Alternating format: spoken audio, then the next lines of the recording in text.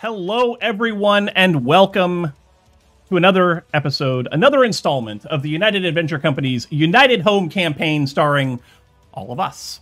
I have to fix all the names because last time we were together, some of us didn't have our cameras on, and so the names got in different places, so I'm going to fix all those while our lovely and vivacious Dungeon Master, Jackal Crossing, brings you guys up to speed. So, take it away, Jackal.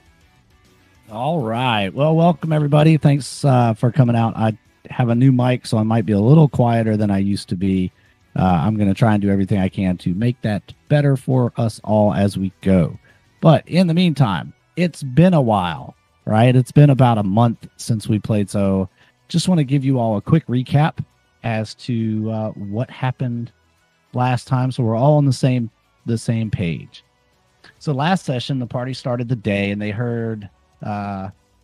they met up a new character, a goblin named Matches. Matches struck up a conversation with Brata, discussing the sword that Brata has, and actually that sword became topic of a little bit of debate while he wanted to purchase it as a collector of antiques. But Brata did not want to give up her trophy, and as such, she refused, and the conversation quickly ended. While that conversation was going on, the party began to hear dogs barking outside, and they recognized one of the barks as Mr. Fluffers, the dog that they stole from the pirates back in session 2. Stupid Mr. Fluffers. Mr. Fluffers was barking and causing a ruckus. So a couple of the party members got up and went outside to see, wow, could this really be Mr. Fluffers? We thought we left him tied to the wagon out in the woods half a day from here. Sure enough, it was Mr. Fluffers and Herman, the other dog that they got. And they were trying to quiet him down. And then Matches comes outside and points his hand and says, silence. And the dog's quieted right down. Only one of them did. Well, only one of them, yes. The Herman quieted right down. This puzzled the party as they know that, these dogs are their dogs and this is their wagon. So they started questioning Matches about how he came upon them. And he says, hey, look, legitimate salvage, finders keepers. It was abandoned in the woods. I got it. Okay, it's mine now. Of course, the party didn't like this. They decided that this wasn't going to go without retaliation. As they were arguing a little bit, Furbolg cast heat metal on Match's armor, causing the goblin artificer to strip down to his undergarments of his armor and take the hot metal off. After a few more words, they came upon pretty much an impasse. Matches swore he had paperwork, it was legitimate, so they called for Jackson Conway, the owner of the inn, to come out and help them settle the dispute. Jackson Conway comes out, says, yes, why, that's the paperwork. We had it done overnight for you. And about that time, Vale examines the paperwork and says, hey, look, this is a forgery. Now, how does Vale know it was a forgery? I don't know. I don't know how he knew that. He just knew. Know. He just knew. But he knew. So he says, look, this is a forgery. You got scammed. And basically it boils down to the party ended up paying Matches back for the bad forged paperwork, and they take possession of the dogs. But Matches will not come off the ownership of the wagon. He says it's his. He found it, finders keepers. So there's that little bit of a friction there. Later, Furbolg and Clark. Yep. That didn't happen. I gave up the wagon too. Remember, I went back and I told the person who was holding. Oh, that's right. You did give up the wagon. You didn't want to give up the wagon. And ownership is currently contested, and they shouldn't release it unless they have. That's right. My bad. Thank you for reminding me. That's right. You didn't want to give them the wagon, but you turned it over to the city stables. That's right. And said no one should have this until accurate ownership is determined by the courts. That's correct. That's the way that went down. See, even I don't remember everything that happened all the time. That's why I got to keep y'all around. Later, Furbolg and Clark, while on the way to their temple district, for the day of the Gith celebration, stopped by the courthouse to fill out legit ownership papers for the dogs. They got that done. The rest of the party went their own ways to the temple district. Vale and Sariel used the viaducts and cistern system. Brata went to stand in line outside and meets up with Matches. And Furbolg and Clark caught up there shortly after. They all enter the temple grounds. Matches headed off towards the library in search of information. And the rest of the party toured the grounds of their own, learning about the Githyanki and their culture. Eventually, they all connected with a tour group to find their way through the main temple. While touring, Clark noticed a door behind the pulpit in the main temple, but since they were being watched so closely, only makes note of it and continues to move with the tour. On their way back, and while they were exiting the temple and the guards were ushering everyone out, the party found an opportunity to go check out the door. They entered the door, and it turned out to be a rectory of sorts for the main priest, a little office space. They found a hidden door and staircase leading down into a dark basement. As the damp, musty smell got stronger, the party finally reached the bottom of the stairs, and Furbolg lit a torch because he can't see in the dark. And before them was a large room. The architecture very old, a great stone arch next to them on the left with iron-banded doors. On the right, a tomb and a coffin, about 12 feet long and 4 foot off the ground. They examined it, found an intricate and complex lock, and several of the party members had to work together to open the tomb. Once they got it opened, a Githyanki warrior rose from the tomb, stared deeply into Brata's eyes, and says in Gith, "Is it time?" And it continues, "Is it time, Supreme Commander? You have awakened me from my rest, and I stand ready to serve. My sword is yours. May we bring glory to slay the beasts that roam this land. To arms, the time is now. Rise from your sleep, my kin, and prepare for battle." The only people that fully understand this are Matches. Furbolg can understand some of it, enough to kind of get the message, but not the whole message. I think he wants to use his sword to slay you, Brata. Matches, you notice the whole time the skeletal warrior is speaking, it's looking directly at Brata. And from all around you, you hear the sound of latches opening and the squeaking of hinges echoing off the stone walls. An eerie sound, indeed, if you think about it. As you peer into the darkness, at first you see nothing. And the next sound that you hear is metal striking metal, kind of like swords on shields. The sound of soldiers answering the call of duty. First one, and then two, and before long, a chorus of steel banging on steel. Brata, you recognize this to be a common sound when warriors are gathering, kind of a rallying call, and a, empowering call. Finally, you hear the sound of feet stomping on stone and the floor shaking slightly underneath you. You see them, about a dozen pair of eyes in a row, step into the corridor in a marching formation. They stop about 30 feet from you and all raise a sword in a salute. In Githyanki, they all say the same. All glory to Gith. All told, there are about 10 Githyanki warriors and 4 or 5 without swords. The ones without swords have a soft light glowing around them. As you watch them form up into their formation, you get the impression that they're almost growing their skin back before your eyes, like their bodies are reforming. So, what do you do? I would like to ask my friend who has detect magic running at all times what she's detecting from these Gith. Hey, DM, what am I detecting from the Gith?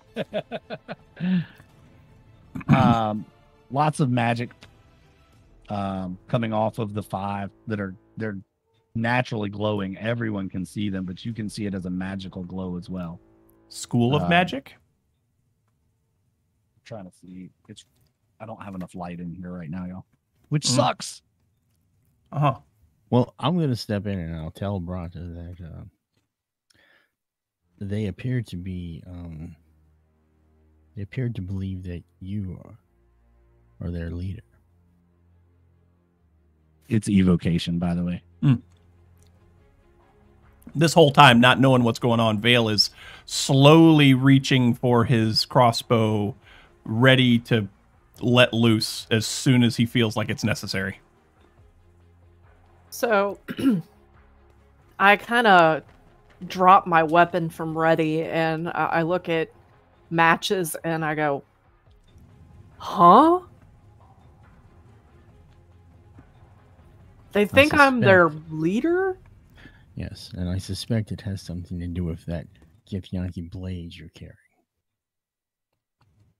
Well, quite frankly, I'm surprised you made it through this city without being robbed. oh, good luck trying to rob me, especially with my friends at my back.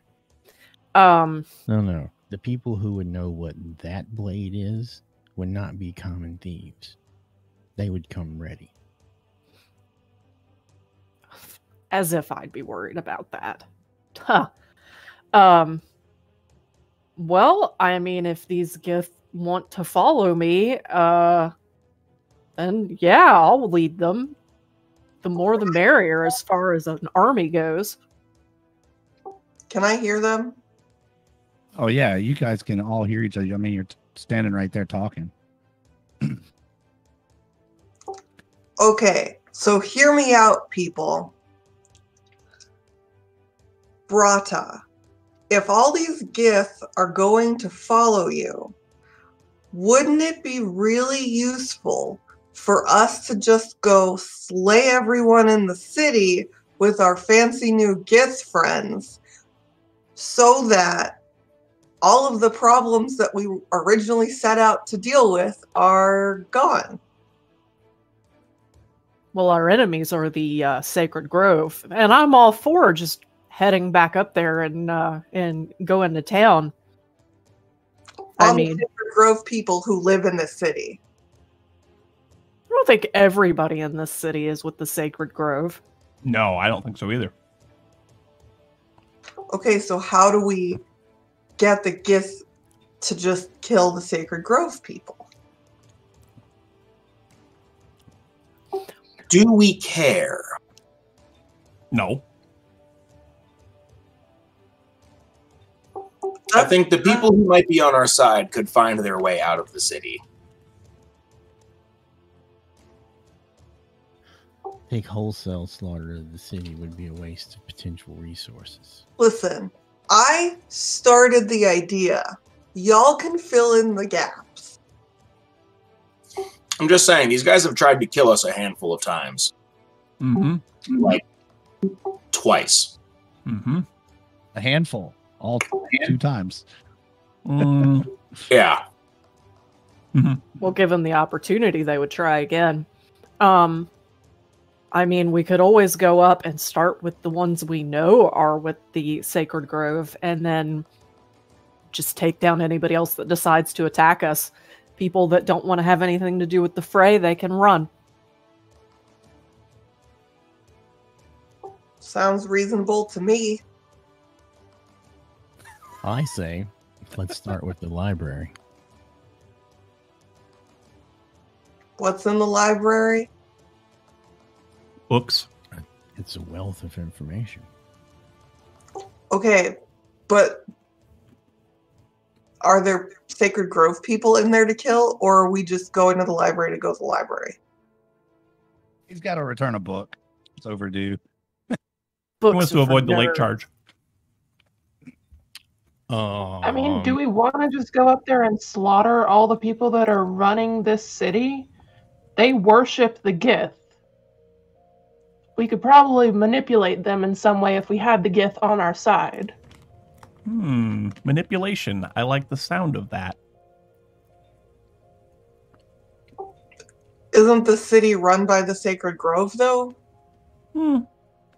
Yes, One could argue that, yeah.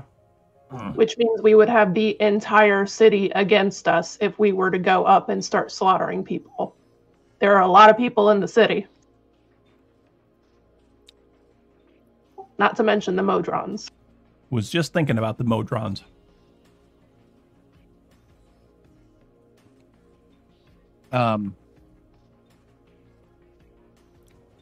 Who has a passive perception above 15? Me? I might. Where's my character sheet?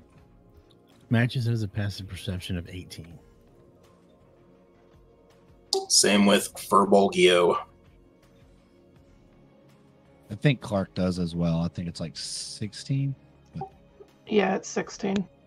So the three of you hear screaming coming from up the stairs.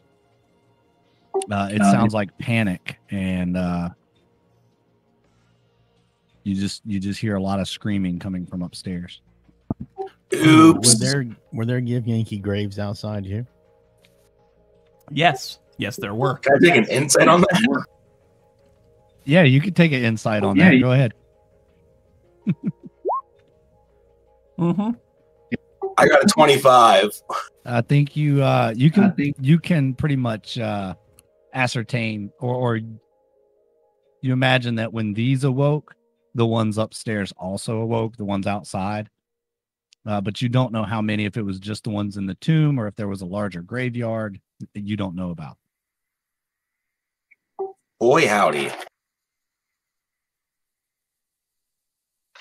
Okay, so right now we have a bunch of Gith down here and a bunch of Gith upstairs that are going to follow whatever Brata says.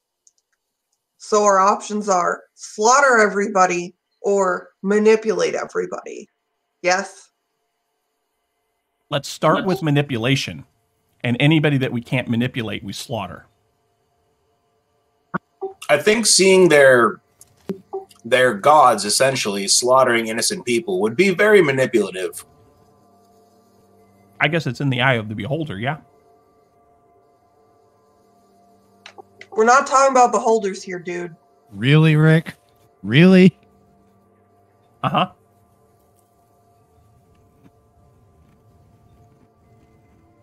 So anyway. All right. So the feet start stomping in a marching motion, but they haven't started moving yet. All the Gith are waiting on a command. They're all staring right at Brata, still in a full sword salute. Every one of them, including the magic glowy ones, have swords.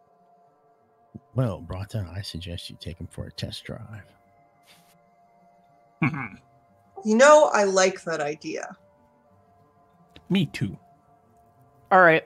So I'm going to take the Sword of the Gith, and I'm going to hold it up, and then I'm going to bring it down in a motion that kind of indicates fall into formations. And, go here, go here, go here. And try to get them to line up into 3 rows. Okay. So you want them in 3, you want them in columns? Yes.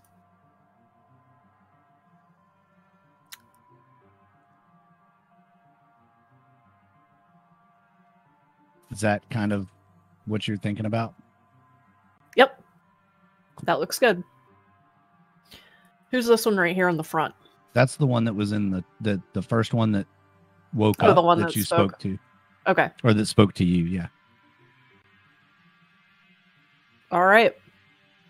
So I'm going to turn and look at the rest of the party and just kind of gesture back like, they're listening.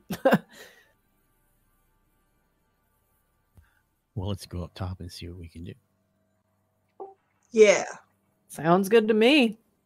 So I'll turn around and I'll march up the stairs and just kind of make a motion, follow me. Okay. And as you start to move forward, they will start following right behind you. As soon as I can, I'm going to change the settings before we change maps so that you can control these as well. I think I have to ungroup them first. All right. So you're going to take them up through the rectory. Well, We don't really know what's down here, do we? I mean, We do not. Other than the mausoleums. Well, you've only explored this one area. You don't know if there's anything else here. But when the Gith came out, they came out of the two large archways with the banded doors. While Brata is giving them sword motions and whatever else, I'm gonna peek around the corner and see what and see what I can see.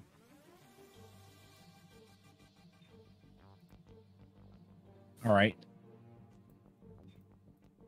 Hang on. Stop all. Save. Trying to change these settings. I didn't want to set it up that way if y'all decided to fight them.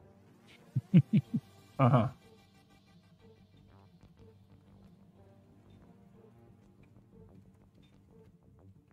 All right. So when you look in, you look down, you see just a big row. It's basically a giant mausoleum. This whole place is just one giant tomb.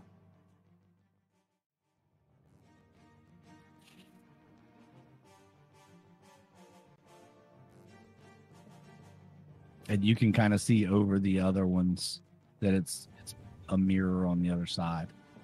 So. What about this area back here? Yeah. Can see that, right? Hang on. Yeah. You know what? Roll20 needs to make a reveal all button. So it just takes all the fog off. That would be great. You hear that, Roll20? You make that, okay? We're looking at Root. We're looking at you, Roll20. We're looking right at you. So there we go. There you have it. Now you can pretty much see it all. Okay. 1, 2, 3, 4, 5, 6, 7, 8, 9, 10, 11.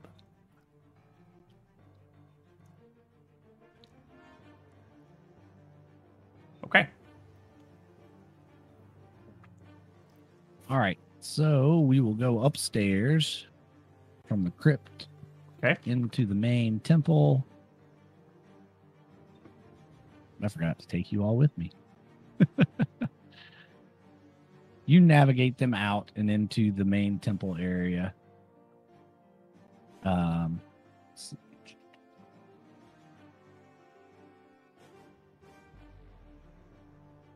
They have to change their kind of their file system. See if y'all can. Everybody should have the ability to manipulate these. I can't select them. Nope. You? Nope. None of them? Interesting. Nope. All right. Well, crap. That didn't work like I wanted it to. Way to go, Roll20. Way to go. I think it's a me thing, not a them thing. I'm blaming you. I'm blaming Roll20.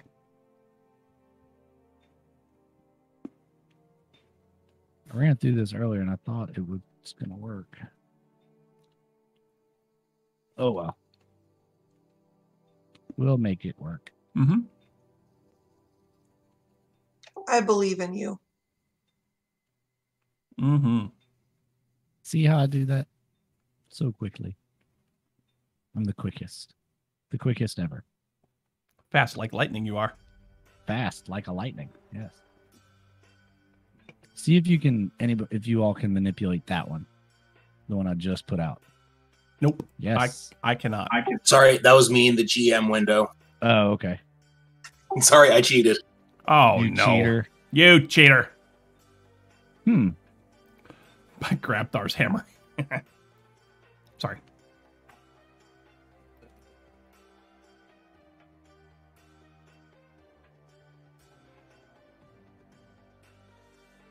Huh.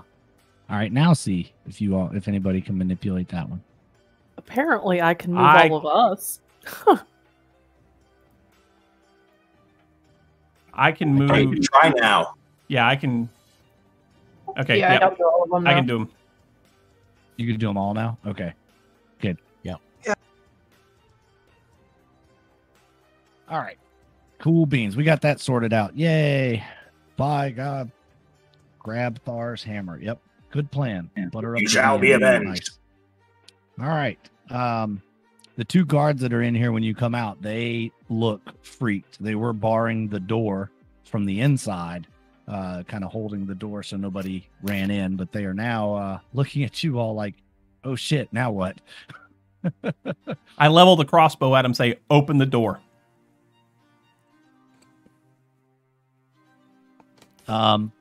They open the door without hesitation. Wise choice. How about a quick test of these our new soldiers' lethality? Why not, Barda? Try them out on these guards. I mean, good. Sorry, You Barda. good. Sounds like a plan to me. Attack! And you make that like an attack motion with your sword or something? Yeah. And Attack! choose the ones you want. They'll run up and make quick work of them. They are pretty. Yeah, there you go. They're pretty efficient. It doesn't take much at all. Ha ha ha! Yes! Behold my army of Gith. Yes, from now on, Matches stands relatively close to Brata at all times whenever he can. Those who are paying attention see a little tear coming out of Vale's eye.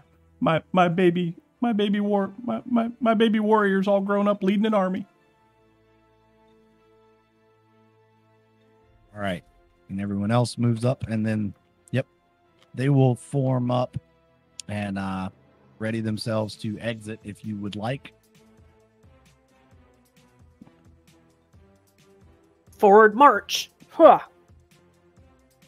And I walk out of the room. Does that All put right. us in the courtyard? Or are we in another building in this temple? Or another room? No, that leads right out into the courtyard. Mm-hmm. Okay.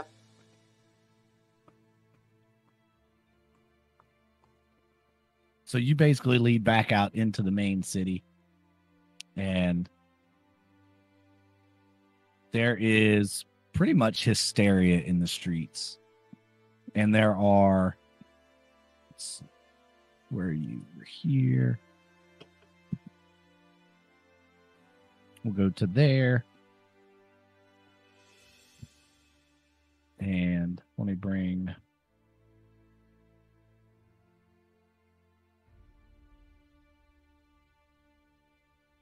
the Gith with. Let me Gith. bring the Gith with. Get with. Is anything like Cheese Whiz? Kinda. Beat me to it. Dang it. You get up to Pat's, you order it with Gith with. Yes.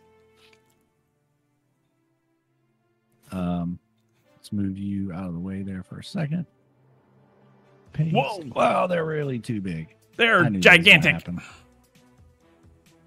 Oh no, I kind of like them like that. Oh, wait, make me bigger. You're tiny. You can't be bigger. No. Oh, I'm gone now. Now he's the size of a real house cat. Quick, Oh, get some this is the feathers. fun part, y'all. This is the fun part. Right? Adding all the tokens. You'd think with a month off, I would have had all of this pre-done and pre-built. and yeah. Every token on the map. Yeah. But no, I had life. Life Mm. happened. Yep, that one's large too. Figures. And we're gonna add 1, 2, 3, 4, 5, 6 more to that. Sweet.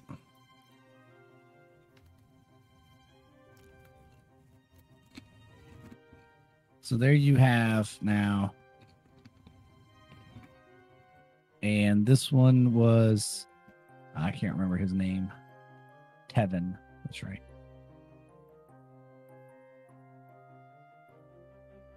Brata, the one that woke up, turns and looks at you like, okay, what next? You know, you can assign all of them. You can break them up into groups and however you want to do it. Like each party could take a team of what, 1, 2, 3, 4, probably 4 or 5 Gith. Because there's 7 rows of 3, that's 21, and there are 6 of you. So you could take a couple teams with 4 each, and then 1 with you, or however you want to do it. I want to get rid of the chaos detectors, so I think we should dispatch some against the Fae that are guarding the gates. I think we need to figure out how to round up all of the order people. Yes. Yes. Well, the order people, they worship the Gith, right? So we might be able to get a way to get them all to come outside and look at this this display of their divinity here.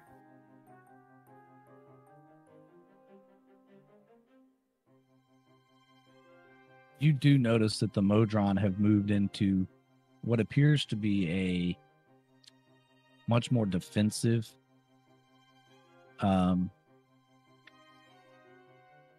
positioning around everywhere. They've blocked off the entrance to the gates, both the garden gates and the main temple gates. And there are more of them present in the courtyard than there were before. Uh-huh. What if we just use the Gith Yankee to kill the Modron as a show of power? I'm here for it. Let's do it. I'm okay with That's a that. good way to establish dominance. Yep, I'm okay with that. Let's do it. So I'm Yeah. gonna make some motions. Let's see here. I'm gonna look at this map. A little bit more. So we've got basically 3.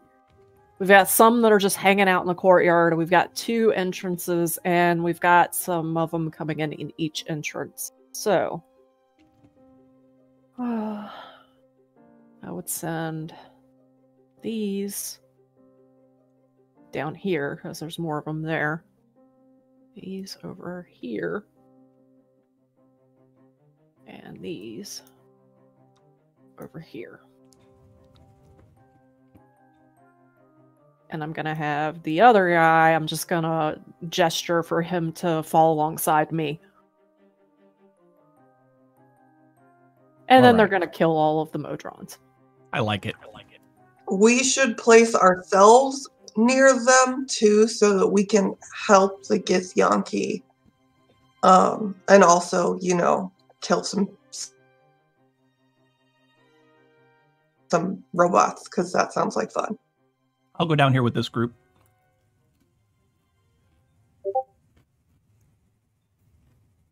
Yeah, everybody can kind of.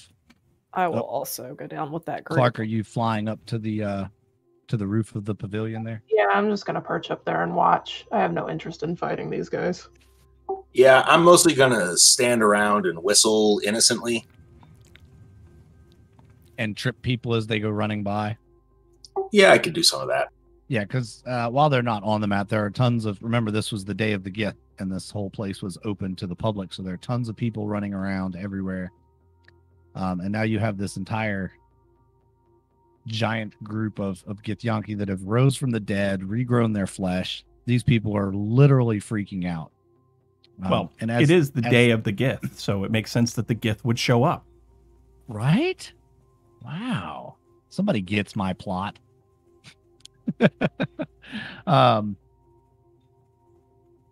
As the Gith are dispatching the Modron, it goes pretty quickly and easily. You start hearing from this side of the map over here. You start hearing what sounds like troop orders and people calling out formations and things like that. You can hear over everything. A very, very loud, very obvious military operation is getting ready to come out to take place over here. Clark, you can see them from the roof. It looks like there's some sort of military force gathering over here. Mm-hmm. About how many people? Looks like there's about 25. They don't look heavily armored or heavily weaponed, and they look young. A lot of them look very young. But it's people, not drones. It's humans, yeah. All of them appear to be human. And they're all dressed in Order of the Sacred Grove garb, and similar to the guard force that you all encountered on your way to the city here. I'll yell down at everybody loud enough for them to hear, and also the order to hear that the order is on their way and they should be careful. And I'm just going to stay perched up here and keep watching. Okay. If I look at this building where Clark is, how hard would it be for me to climb up there? You'd need a boost. The edge of the roof line is about probably 15 feet off the ground. So unless you could jump that high and grab it, and then a strength check to pull yourself up, or an athletics check to do it all together. That'd be your call. I did not prepare jump. What if I made a tentacle over here so that it would be prepared for when the order people get here, and also you could like get a lift up to the top? I'll live. There's also a well over here that you might be able to stand on the side of and be able to reach better if you wanted. I'm not like Then a feat of strength, feats of dexterity kind of person. Gotcha. Without a strength of feet. No, I didn't prepare jump.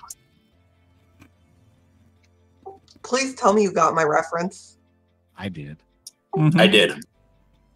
Okay, good. But Isaac Hayes is dead, and so we honor him by never making that reference. I don't think that's how that works.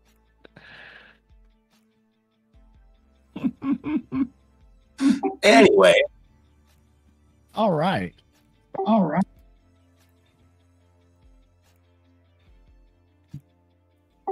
Come on, get out here. There we go. This building that's over here, is this like a 2-story building, or? Yes, it's a 2-story building. It looks like there's only one entrance underneath the upper level. Mhm. So and that's where they seem to be all staged underneath there. So this part right here overhangs this part right here. Correct. Okay.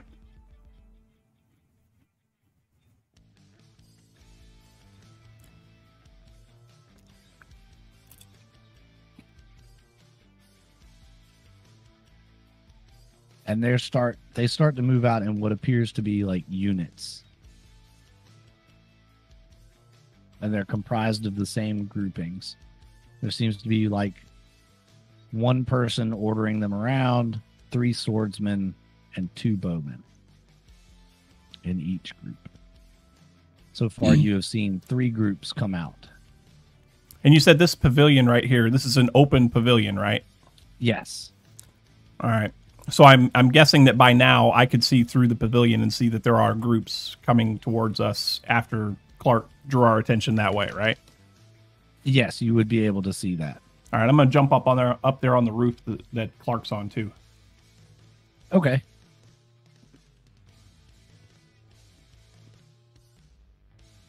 The Gith do take some damage, but overall, they withstand pretty good, and are able to dispatch the Modron either with their swords or with their spells relatively easily.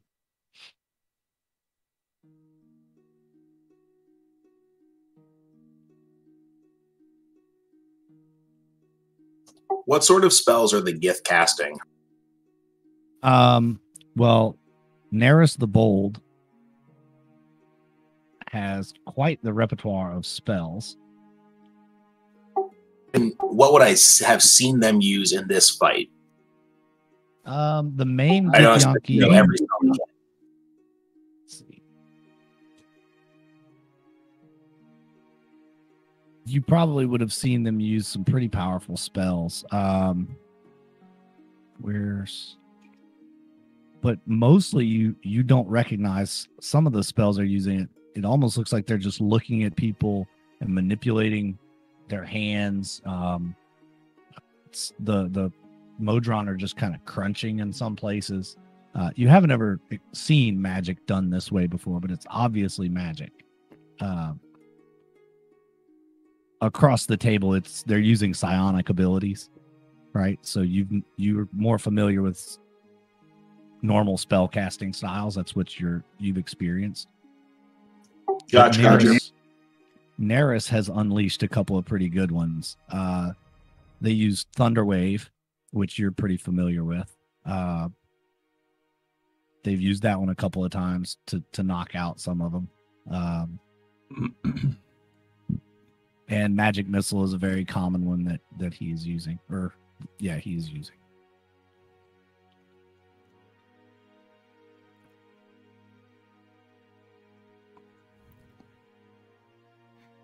All right. Is there a clear leader? I mean, I know you said they've got like unit leaders, but like a general or something, somebody that's clearly in charge of everybody. Where are you? You're down here. Mm-hmm. You wouldn't be able to see where they are, but your guess is that they are either inside or just inside this building, because they're coming out like timed, right? They've made this wall basically up against a fortification line, and are preparing for engaging with the Githyanki, apparently. Hey, Billy, I would like to go ahead and get my Eldritch Cannon out. Okay. So I reach around to my bag and I pull it out like a Pokemon and throw it on the ground. All right, go ahead and throw it out there. Wherever. Eldritch You're down there. Cannon, go. Right. Whip out that pants cannon. Nice. And here we go. So that's kind of how they are set up. I'm actually going to move these guys up one. There we go. That's how they're set up. And you hear in Matches and Furbolg, you recognize it as Githyanki. Everyone else, you recognize it as the same language that the first Gith was talking, but you don't understand it. You hear it coming from this building, very loud, as if it's amplified somehow. And Matches and Furbolg, you can understand it. It's why. They just keep saying, why? Why is this happening? What are you doing?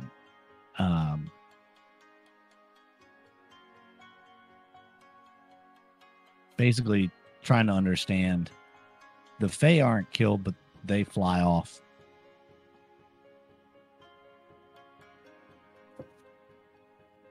Okay. You were lacking in your faith, and your gods have sent hell to punish you. Do the Githyanki, like, respond? Not necessarily audibly respond, but, like, recognize what is being asked of them? They do. They recognize that they're being asked something, but the good soldiers that they are, they do not respond unless they are told to by their leader.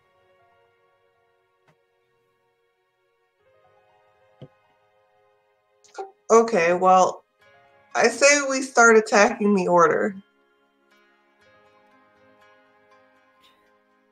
I'm going to start gesturing to break the units up and send them out to get ready to engage.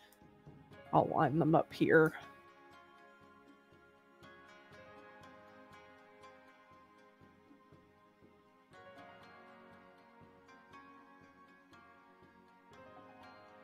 Matches, you are loving every bit of this, and your worldview is starting to come into sight for yourself. Yep. Wheels are turning. You are loving what you were seeing.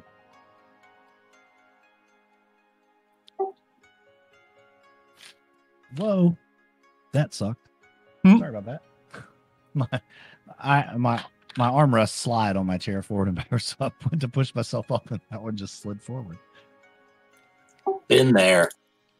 While we are getting in our battle preparations, I'd like to cast Conjure Animals behind the ranks here. Right on. We're using the chart that. Yes, we will use the chart, and I'm going to go for.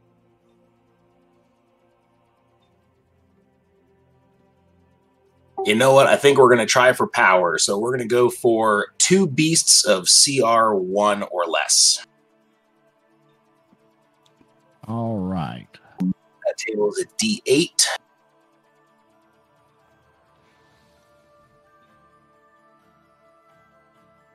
I got a 1. Yay. You rolled a 1. Well, that tells me that I go down to the next lowest table. So now I'm going for 8 beasts of CR a quarter.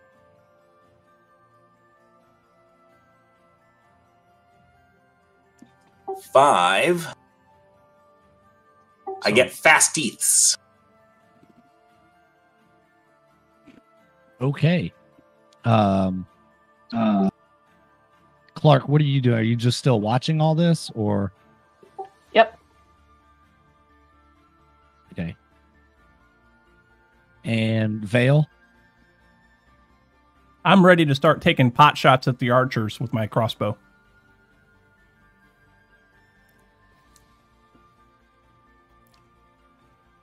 And if you'll let me, I'm going to take one now. But no, if you won't let me, then I won't.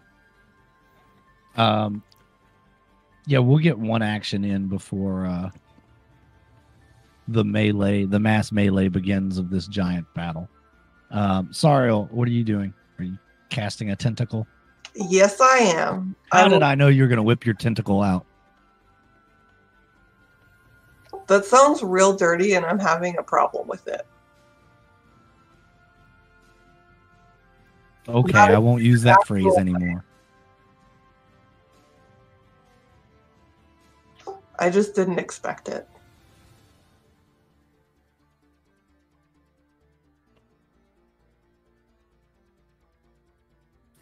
Matches, are you doing anything other than readying your cannon? So you moved up and readied your cannon, so that was your...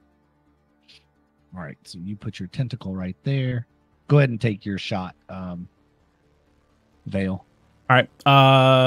Probably just gonna aim for this guy right here. And where did my character sheet go? There it is. So crossbow, not engaged with anyone, so don't get sneak attack. But 14 to hit for 5 damage. Yeah, that'll So that guy right there. that'll do 5 damage to him. Sure. And I get a bonus action, so I'm going to take the bonus action, fire again against the guy right next to him. Oh, nice. Pow, pow. Ooh, 18 hits, 7 damage. All right.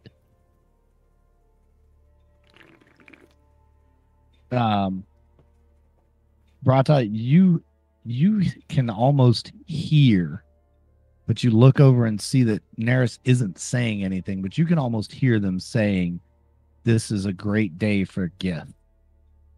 You can kind of feel that and hear it in your head, even though they're not actually talking to you. And I'm going to look over at Neris and say, "It's always a great day for battle." And then I'm going to yell, "Attack," and gesture to start attacking. All right. It doesn't take long. After the first couple of swordsmen fall, the others exterminate. The others just get panicked and they start retreat. They start dropping back. The Gith are taking some damage. They're taking about 10, 12 hit points around collectively. They have very high armor classes. They have very, very good armor. All of them are actually wearing full plate now. Neris is wearing half plate. But they have fully regrown all of their body. Their armor is fully intact, and they all have their weapons. And they are... this whole group gets shoved back by a thunder wave and into the side of this building. Love it. And they're all knocked prone. Quick question. What are these things right here? Oh, they're disappearing. Those are Mike's dinosaurs. Oh, yeah, that's right. Okay, they're Mike's. Okay, gotcha. Yep. He had an HP problem. I just fixed it real quick. Okay. And you see Clark, you can see if you're watching this building, you see the people inside that building shut the door and there's nobody else outside. You imagine they're going to bar the door closed and batten down the hatches. Like they're not going to give up that building. Ooh, the building is important. I don't know what I'm talking about.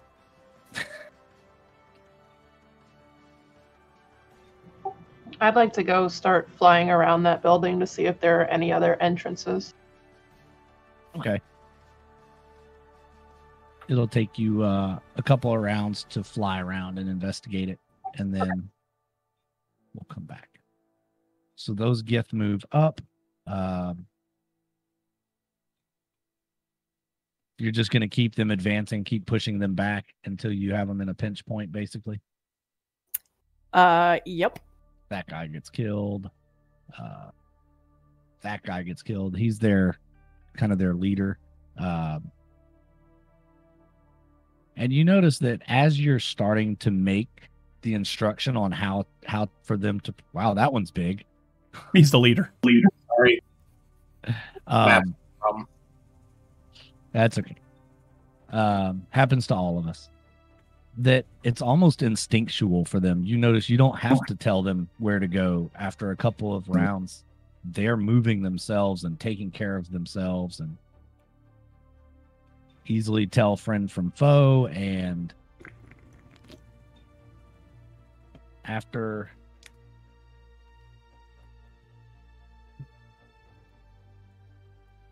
about a third of them have been slain, the rest of them just drop their weapons on the ground. And they surrender. They drop their weapons, hold their hands up, and they surrender. After the first archer that I shot drops his bow, I want to shoot him again. Okay. Sure. Why not? And you get advantage because he's engaged. But you don't need it. Well, hold on. Let's see if I crit. Okay. I did not crit. Close. We should take at least one and interrogate him. Take one prisoner. The rest shall die. No, you should at least take 3, so the second one knows that after seeing the first one die from not talking, the second one would have more motivation. I agree with this. Seeing as they're close enough that I can hear them talking to me, I'll nod in acknowledgement. And I'll gesture at, let's see here. We want to keep one of the... We'll keep these 3 over here alive. And the other ones are all going to get axed. All right. While that is happening, Clark, you fly around. You notice the upper section has somewhat of a balcony around it, and there are doors on each side of the balcony. The lower section doesn't seem to have another entrance in it. These other buildings, you notice, each have one entrance to them as well. Are those connected to the main building? Not structurally. This section overhangs these, so there's like a little breezeway, but they are not part of the same building, if that makes sense.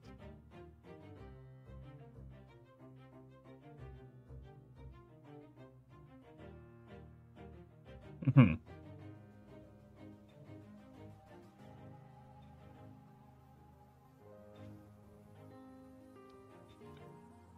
All right, so these 3 down here have been taken prisoner. And then I guess, have we killed the other ones? Or are we just going to get that, or are we going to have to battle? No, they're begging for mercy and scream, please don't kill me. I have a family. I have children. But the dinosaurs, the Gith, everyone works together and wipes them out. It takes a couple rounds, but... okay. So you have these 3 imprisoned. Move these guys out of the way for a second.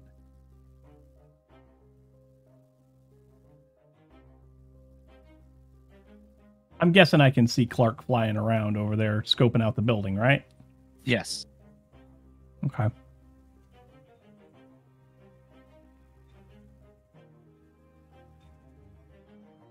Matches is itching to try out his cannon. I know it. Just waiting for my turn. I just know I've got a small dinosaur army for the next hour. Yes, you do. All right. See if you can get in the front door then. Sariel and we got Matches, Sariel to go still, Furbolg to move his dinosaurs.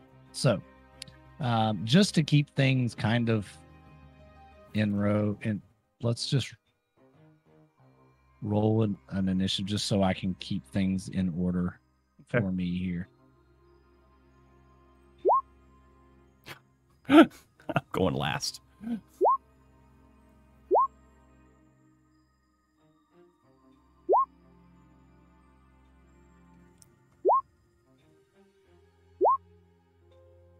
I don't know. These guys don't really have an initiative because they're trapped. I'm just going to put them at 1. You rolled initiative for your tentacle, not you. What? Nothing, don't worry about it. All good. Let's see. Now to sort the turn order.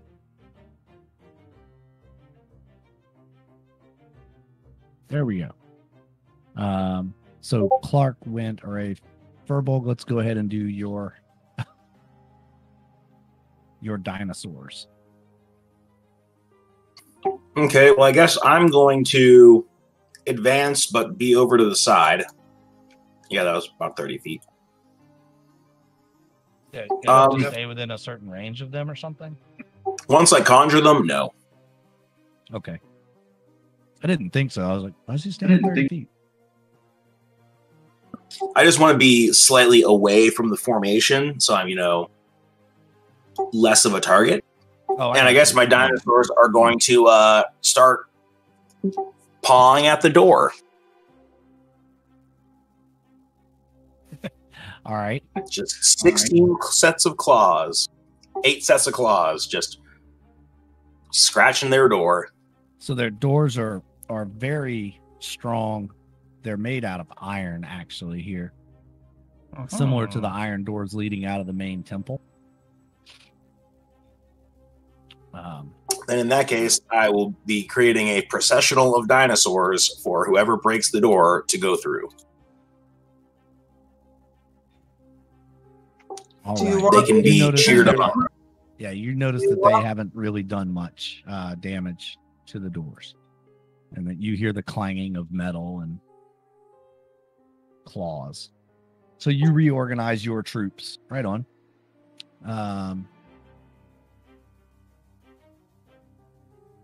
Sariel, you and your tentacle, what are you doing? Okay. Well, the Gith killed all of the order people, so the tentacle is just chilling for the moment. But Furbolg, do you want me to use my firebolt wand on that door? You have a fireball wand, That's and that's like a 1,000,000-foot radius. So no. Yes, please don't kill your tentacle and all of my dinosaurs. And half the Gith. And Clark. Clark, yeah. You would set the building on fire, however. Ooh. Well, if the doors may be metal, but what are the walls made out of? Can I Eldritch blast the door? Yeah. You can Eldritch blast it. Let's see if it overcomes the force of the lock with your damage.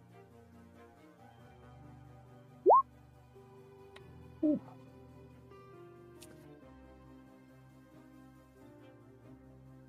Does 25 hit the door?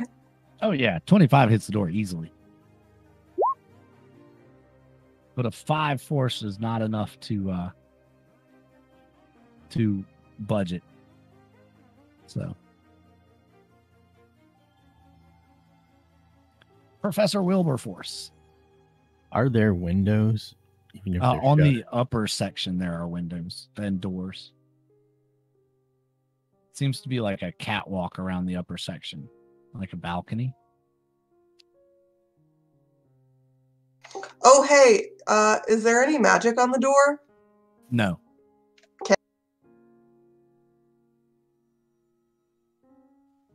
I mean, the only thing I could do is shoot at the door. I don't.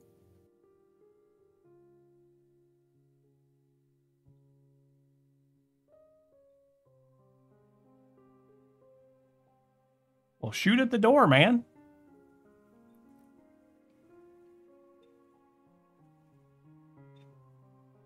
I was looking at something. All right. Well, I guess that's what I'll do. I'll just I'll start working on shooting the door. You can use your cannon. Yes. First, I'm going to use my arcane firearm.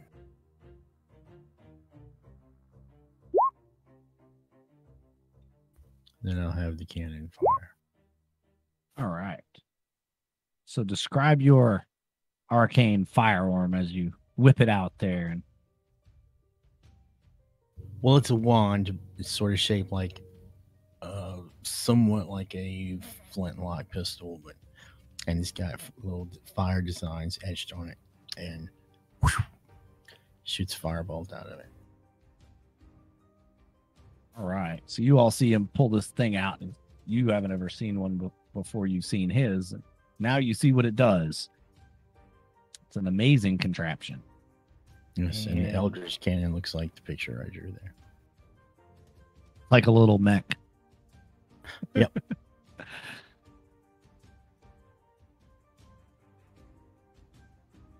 All right, that definitely does hit. So go ahead with your damage. For both, I guess. 9, 14, 7. All right. It gives a little bit, but it doesn't give all the way. And now the entryway is on fire. The wood frame around the door seems to be burning. Remember, it's back in here, underneath the awning.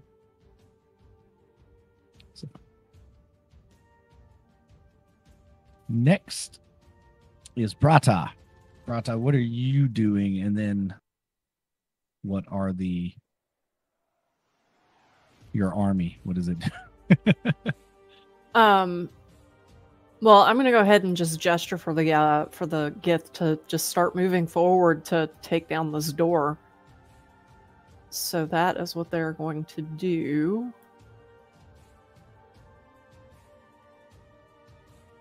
And I'm not going that far with them.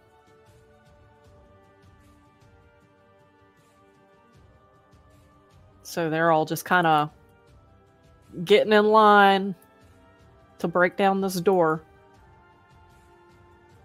Okay.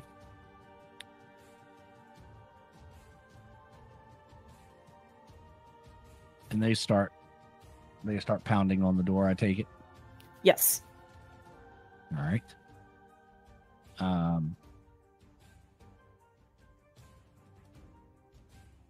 The dinosaurs will cheer them on. Rah, rah, go Gith, go. Rawr, rawr, Rawr, rawr. rawr, rawr. Yes. Some of them are wearing cheerleading outfits. With their little pom-poms. Vale, I guess it's if that's all you're doing, Brata, we're gonna go ahead and go to Vale. So I want to get onto this roof. How much movement do I have? Let's see. I have... That is just shy of 50 feet to the edge, so you would have to take a dash action. Yeah. Because it's 60. That's actually 60, right at 60 10, feet. 20, 30, 40, 50. Yeah, so just... Yeah, so using dash action... How tall is the roof here? It's 15 feet off. The one you're on is 15 feet off the ground. You're about 20 feet off. So the edge is 15 feet off the ground.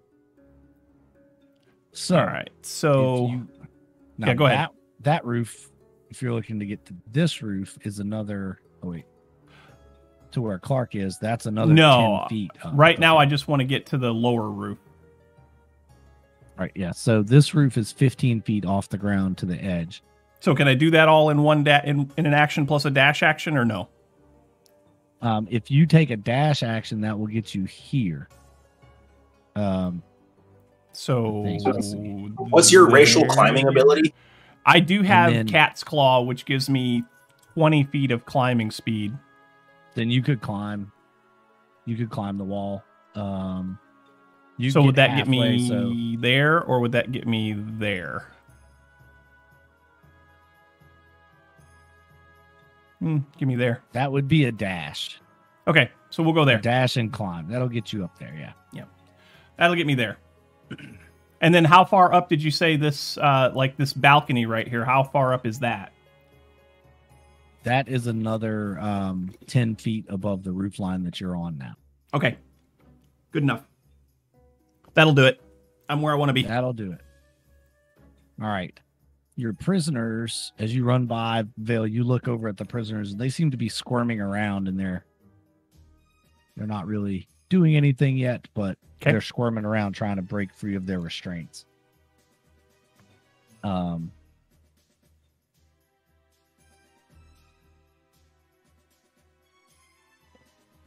Sariel, you see at the end of this round, you see there are 6 Modron that are starting to come in the gate closest to you. Ruh-roh. Okay.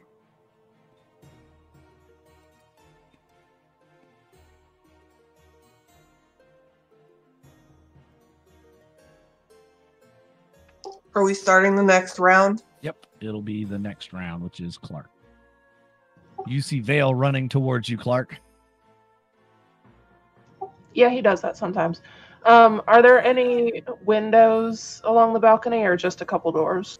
No, there are windows and next to the doors, and like this seems to be, as you're flying around, you stop and kind of look in occasionally from the balcony, and you could tell this looks like some kind of a gathering room where they have events and stuff. So there's a lot of windows that overlook the city. There's a lot of entry points and places where people can walk around. The balcony actually extends back about to this point right here, all the way around. So it's close to like an 8-foot balcony. The roof overhangs it, and there are columns on the corner. In the center of each door, or on the center of each wall, is a door, and then each section is then split in half by windows. So on the long sections, you have 2 double windows on each side. On the short walls, you have 1 single window on either side of the door. Is there anybody on the upper level of this building if I look in the windows? No, there's not. Okay, I would like to check and see if the door is unlocked and go inside if it is. Yeah, all the doors are unlocked, actually, and you're able to open it up and go right on inside. You notice inside, right about here, there appears to be a staircase that goes down.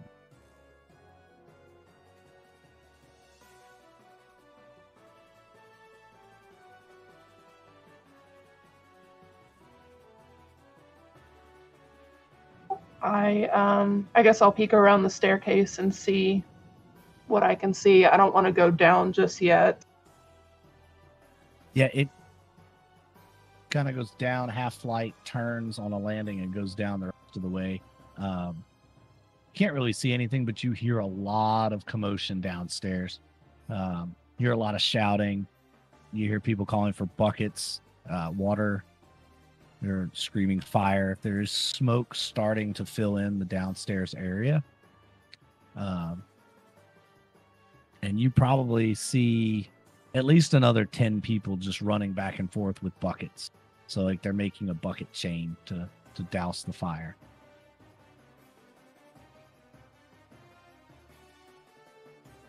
Okay, I'm going to assume they'll probably get into the building sooner rather than later, so I'm just going to hang out here for now. Okay. Furbolg. I don't like these Modrons behind me. Or whatever Drons. So I'm going to order my dinosaur buddies to get over here with the quickness.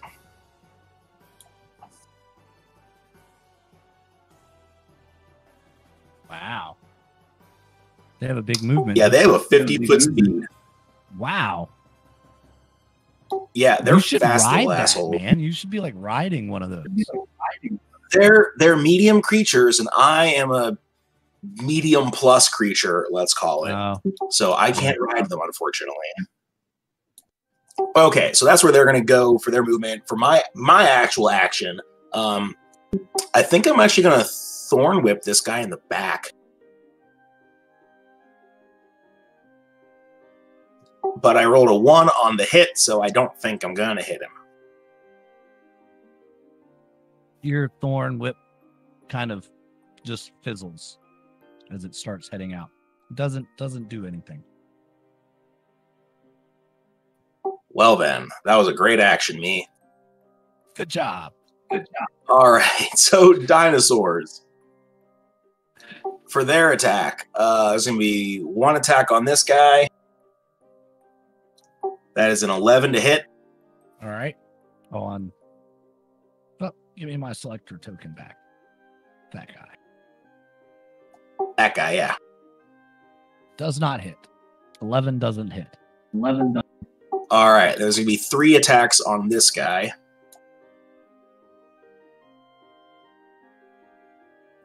22, 22 18, and 13. Yeah, so you got 2 hits, All right, 22 2 and the 18.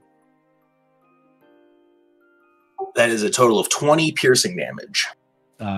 He crumples. He's been pierced. Yes. All right, so now I'm going to use the Fast Teeth's bonus action. They can take dodge as a bonus action. So all these 6 guys up here, they're all taking the dodge action for their bonus action. Okay. And that ends my turn after I move slightly this way. Okie dokie then.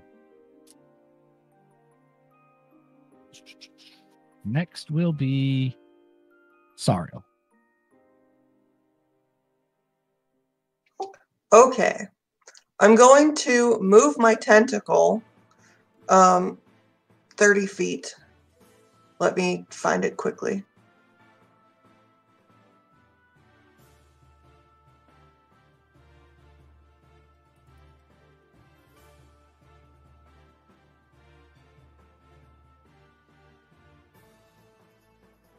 It can't do anything because it's not close enough to any of the Modrons, but I will Eldritch Blast that one. Okie doke. That's a hit. Hmm. All right. Second 9 beam, though. damages. Yes, I get a second beam. So I'm going to use the second beam to hit the guy next to him. Oh, yeah. Double trouble. That's a hit. That's a kill. Sweet. That's 1 kill for Sariel. All Yeah. right.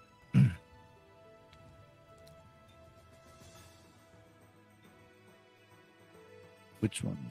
I think. Oh, did and that- I'm going to move back. It did delete. Okay. Good.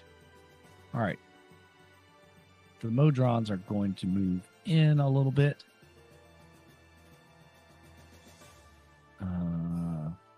Yeah, he's going to step up in here. They don't have emotions. They just act. All of their attacks are going to be at disadvantage, assuming that they're going to hit the dinosaurs. Yeah, that's what they're looking at, going to the dinosaurs. Where you at, Modrons? Modron number 1. Modron number 2. Monodrone. Monodrone. And this is where I'm having the issue because it's not giving me the option to clickable attacks. That's all right. I'll Womp just roll womp.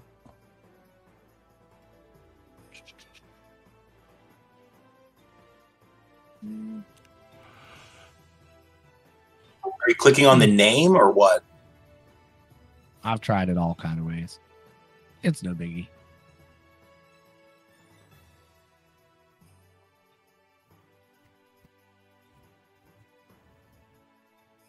All right.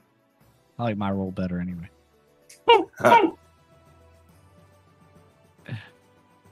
We'll have to get together on that because I'm not finding where you found that. Yeah, weirdest working for me, but not you.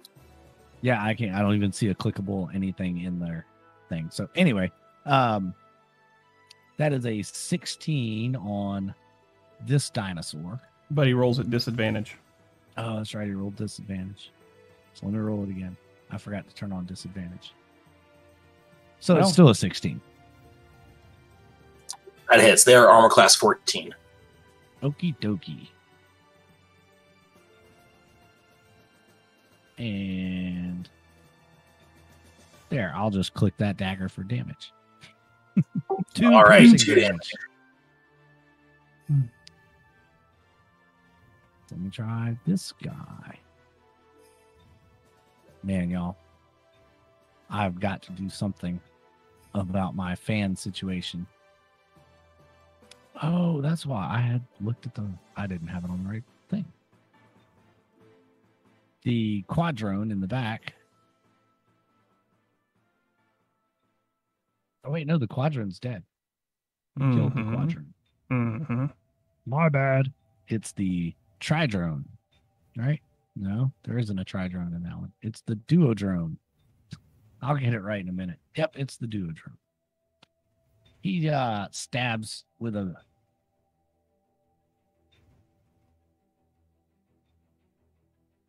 this guy right here stabs at this guy right here with a 17 and 6 damage. Then the other one repeats that attack with his javelin. No, stop rolling the damage like that, Cooper. Oh, y'all. This is the boring part of D&D, honestly. You're All just the not rolling. because you basically. Oh, he misses. He missed it. And the middle guy is going to throw his javelin at that guy. Okay. Epic battles. That's Epic. the boring part. Epic battles.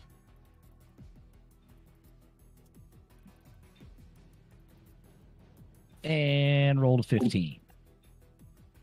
With max damage. No, that's his. Oh no, that's yeah. That roll 15. that was rolling at advantage. Why is his? Did you change something, Mike? Did you change it to? No, I haven't changed anything on them. It's just rolling twice. It's not rolling advantage or disadvantage. You have to do your own assignment to it. Yeah, and I didn't, but it's rolling. If you hover over them, They're always set to roll 2 dice by default. Oh, I got you. So really, I only have to click it once because I was just clicking it twice because I didn't want to go in and change anything. Got it. So Yeah, click it once and it'll roll advantage and disadvantage, and you just decide which it is. yeah. Uh-huh. So the first roll was a 15 that hits. And does 3 pure 7 plus 3 is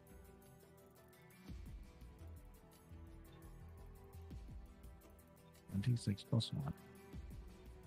So is it Sorry, rolling which one did you damage do that? twice? Is it rolling damage twice? Nope, it got because you rolled a crit. Oh, critted, yeah. But that's not So just take crit off the damage. plus 3, so you just get So a it's 7. just 7 to this guy. Sorry. That's why I don't alright. like roll 20. That's one guy. It's annoying. So, anywho, yeah, with my new computer putting out a lot of heat, my room gets really hot now, and my backdrop blocks my ceiling fan from running, so I get hot. If I look a little moist, that's why. All right, Professor. These just so you all know, these Modrons are moving up. See what they went there. All right. Are they medium-sized creatures? The Modrons? Yeah. Wait, is that where they're stopping? Yeah, they're going to stop right.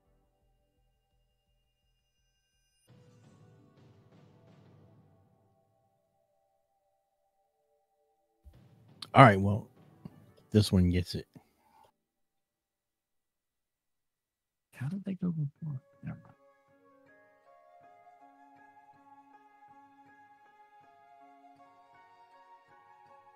My mouse is going out or something.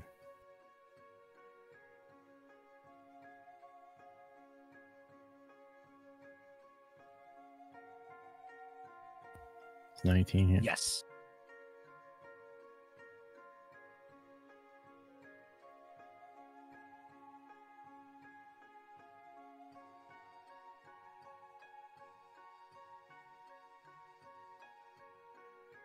Well, I clicked for damage.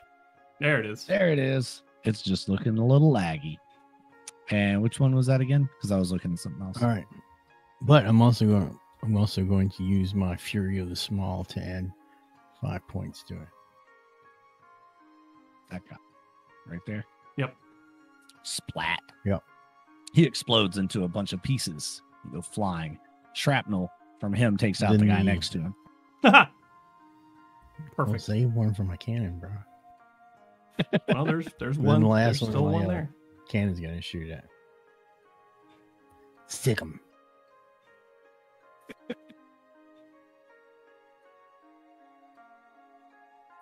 It's 19 hit. I mean 14. 14 does hit. No. 14 does not hit. Sorry. 15. No. All right. 16. So the wall on the building behind him explodes. Yes. You blow out a chunk of the building behind him. He is unfazed, however. I went out of order last turn, too. That they should have gone after you matches. Not that it really mattered. They still didn't do much. Vale. Yeah, is your turn. Vale. Vale is going to try and get on this little balcony right here. You said it's 10 feet up? Yep. I want to say that Vale would be able to make a jump like that. What do you want me to roll to see? You can either, well, yeah, because there's nothing connecting the buildings. Right. Otherwise, I'd let you just climb it. Yep. Just make an athletics check. Athletics. Okay. Athletics. Ooh, I'm not good at athletics. I'm not good at acrobatics. Could it be acrobatics, maybe? If I did a flourish, could it be acrobatics? If you wanted to, like, run across the roof and tuck and roll, I'll let you use acrobat. Good. Here If we it's go. just a jump and pull. Oh, I still fucked it up. Good job. How Yeah, badly do I hurt myself? You leap and tuck and you roll, and right as you are coming out of your roll to grab the balcony, you splat it and you hit full on the railing, knocks the wind out of you, and you fall to the ground and are not hurt. Oh, This is why you don't keep cats around. dang it. But now you're right in front of the fiery doors and next to all the Gith. I suppose. Cat goes thud. Didn't you skip me and all the Gith there? Might have. I think I did actually. Because Yep. I reordered the turn. Yep, I did. Yep, We'll you go did. back and do you now. Okay, Sorry about that. that's okay. How about we just rewind the whole thing and I'll do mine over again when it's my turn? No. Oh, dang it. Well, only one retcon per turn. Dang it. All right, so the Gith have a movement of what? Probably 30, right? Mm-hmm. Okay. Yeah, they have standard movement. Okay. I should probably just give you all the...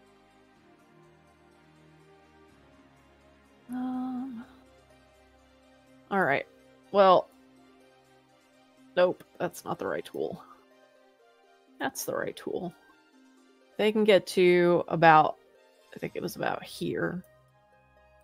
I'll put them all in your journals too, so you have access to all their weaponry and Okay. all of that jazz. So that's about as far as they could move. Then let's see,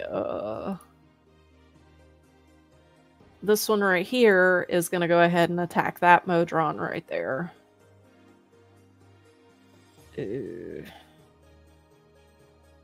Generic Githyanki warrior. All right, Like that name? that's great. Generic Githyanki. I actually get Yonky. Gets yonky. Gets yonky. Whatever. Whatever. Get Yonky. So I'm gonna guess. Get Yankee. It's get Yonk. Sorry. Okay. Getting into my whole like. Leviosa. Whatever. So there. The other ones were not close enough to do anything. So that guy eats it. all right. So then let's see here.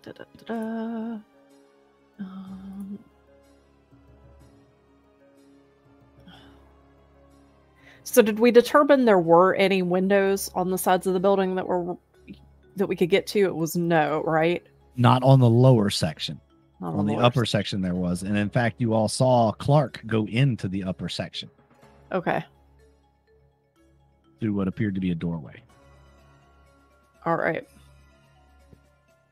Well, these Gith right here are gonna go ahead and take a swipe at that door. Let's see if I can select them without also selecting Veil. Okay. So they're gonna take swipes at the door. Where are you?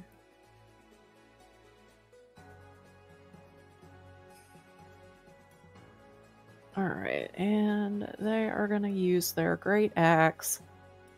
So, 1 and 2. Alright, wow, it hit 3 times. Okay, so, wasn't supposed to be 3. Okay. There we go. 25. You hear the well, I don't know that you might hear it. They look satisfied with their blows as the doors heave in a little bit more. All right. Excuse me.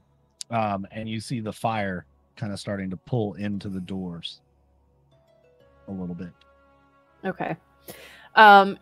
Would it be possible if I moved here and here for the Githyanki to get, or 2 more to get hits in on the doors? Or would they not be able to reach? These would be just fall back and 2 more could step up. I mean, okay. If you want to do that sequence until the doors break, we can just say you do that until the doors break instead of sitting here and doing each one. That would take forever. Okay, fair. Let's do it that way. So if you want to just send 2 at a time up until they break the doors down, they have an awesome strength. So they eventually will be able to break the bar inside the door and kick the doors open. All right. Um, So do we just want to assume that they're capable of doing that and getting that done? Yeah, I think that is a fair assumption. All right. So, after the door is opened, then Natharis and I, Natharis? How are we Neris. pronouncing? Neris. Okay, Neris. Neris and I are gonna walk right up to the front, and we're gonna get ready to go in the building. All right. Clark, you hear the doors crash open and a big pull of smoke comes up into the second floor, and as the fire rushes in the front door, and I guess you went back out onto the balcony after looking down the stairs. No, I stayed near the top of the stairs. I was just waiting for everyone else to break in.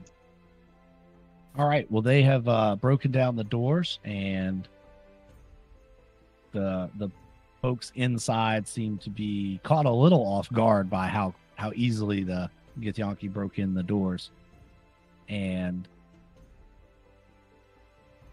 are caught off guard and not ready for battle. So they have buckets in their hands, not swords.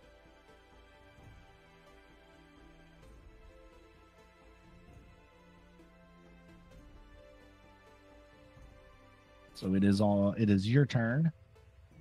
Do they have their weapons stashed somewhere that I can see? They have their weapons on them, but they're just not drawn. They're shocked. The doors come flying open. They're caught with their buckets in their hands, and they're like, "Oh crap!" So they've got to drop buckets, draw swords on their turn. So I'm assuming the landing is somewhere around here. Yeah. It starts here. It goes down this way, turns, and turns like that. So it makes And a all the square. people are closer to the front of the building where the doors were. Yeah, there's a line basically each square here. There's a person there just kind of handing buckets all the way down underneath the stairs. It goes, around the other side of kind of this direction. The line does. I'm pointing at the screen with my finger, like you can actually see what I'm pointing at. God, we got to get back in person soon. Very helpful. I'm going to go down to the landing and draw my bow and just wait. Okay. All right, so you get down to the landing. And Burbo. Is there a map for the inside of this building, or are we just playing on the... Yeah, there is. There is.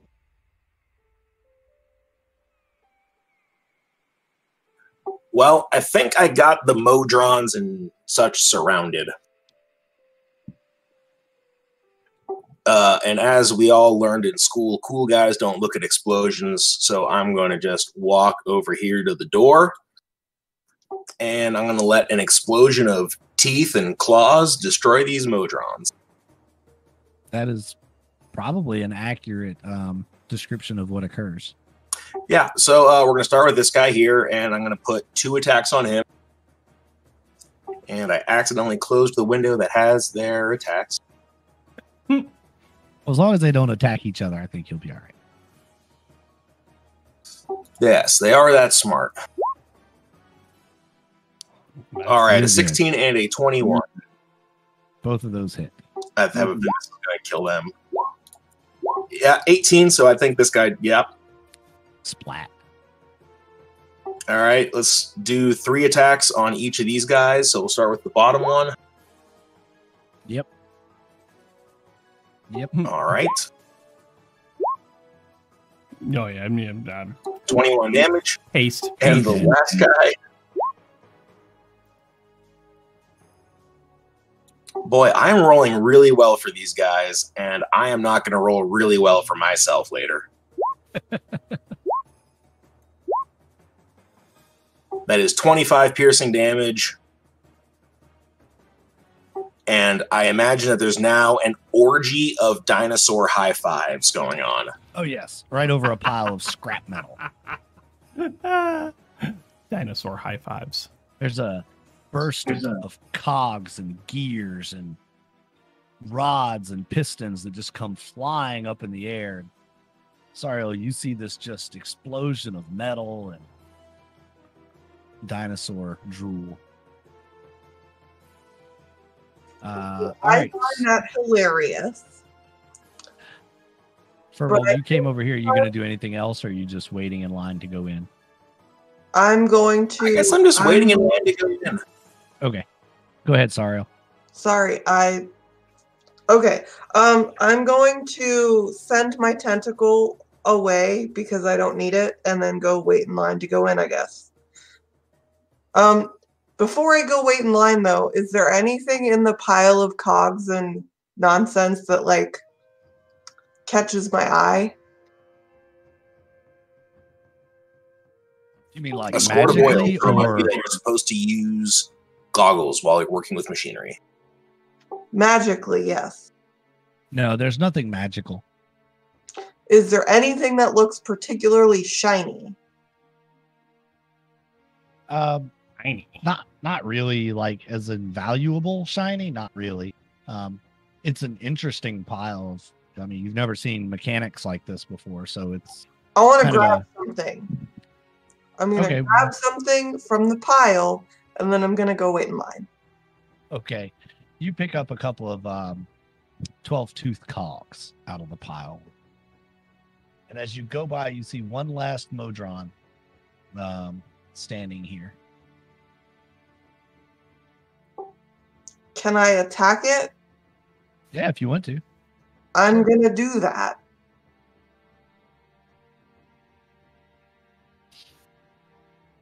Does a 9 hit it? A 9 does not. Okay, but I have a second, so I'm going to do the second one. Okay, you do that. Does a 15 hit it? A 15 does hit. 8 force damage. All right. You knock an arm off, but it does not die.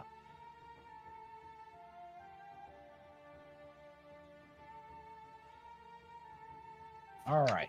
Okay.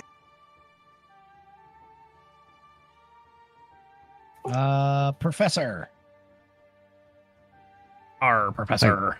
Oh, there's still one left. Huh? Yep, there's still the one. All right, it gets the hose. Indeed, it gets the- does. Yes, I would say that's a hose. That's what we call the fire hose. Splat. Ooh. It melts. Aw. And there's none left. Oh, there's some scraps and parts. The arm that Sariel knocked off of it. There's parts there. You might find them useful. Maybe later. I guess I'll attempt to work my way toward or into the that say building. All right. Where is that? There it is.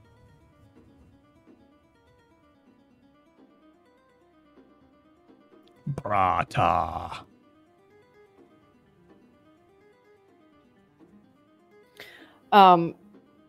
Well, Neris and I are walking right up in this building. We're at the front of the line of Gith here. And then the Gith are just gonna basically walk in after us. Okay. Oh, and these ones over here are gonna start heading back. So do I see anybody inside that I can just take an easy pot shot at? Yeah, hang on just a second. I'm setting up the map. Okay. Okay. I'll transport you all inside. So, as the battlefield is smoldering with pieces of Modron and I guess guardsmen and whatnot. Now, the 3 guardsmen down there that you have kind of held captive, y'all haven't checked on them, and if you look over and you notice that they are working, one of them is working on unlocking the shackles that you put on the other one. One of them has gotten free and is trying to free the others.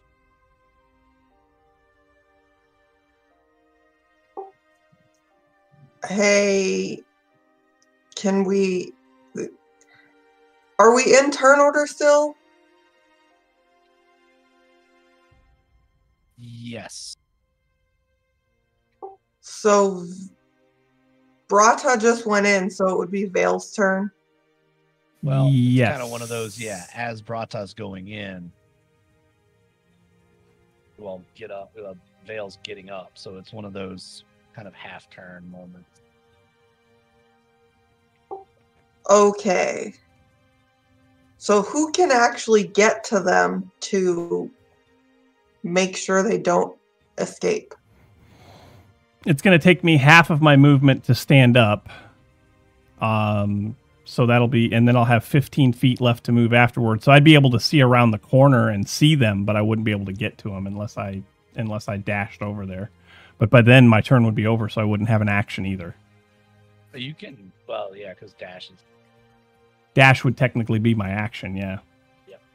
And my bonus action is fire again on the crossbow. Since I didn't have a first shot, I can't take a second. Bingo. All right.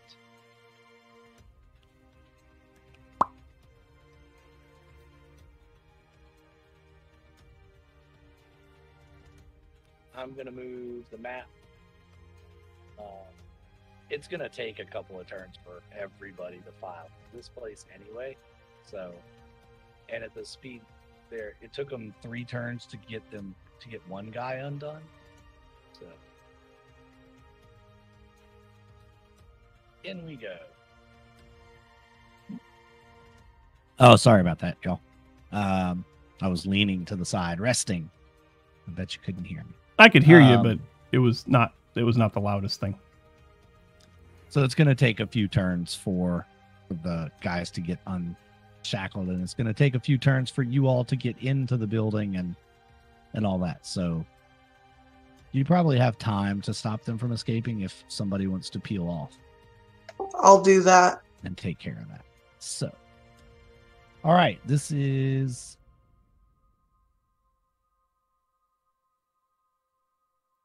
the building.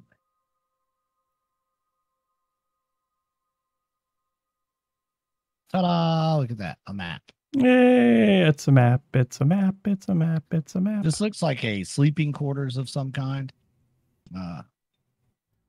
For the people. There aren't many of them in here, but there's a few. So, Brata, you're going in the building first. Yep. I guess you and Neris will go in together. Yep.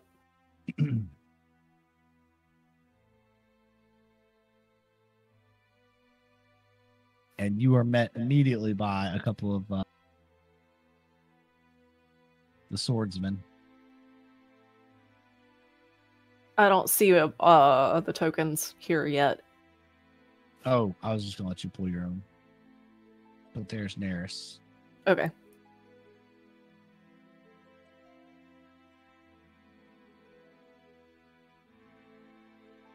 And there you are.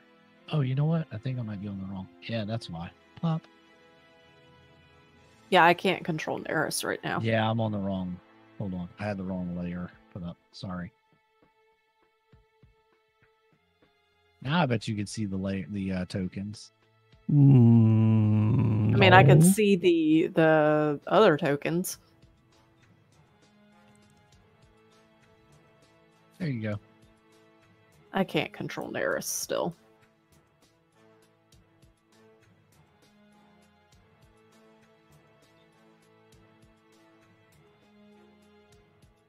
Huh.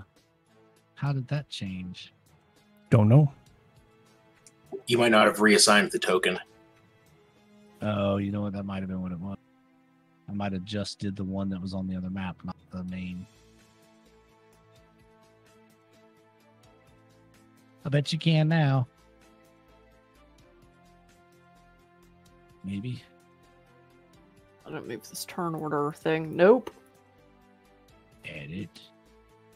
Can be edited and controlled in players. Should be fine. Save changes. Nope. Still can't. Wait, hold on. Yeah, that's weird. I can put it one out, but I can't control him. I think that's why. Now I bet you can. Yep. Yay.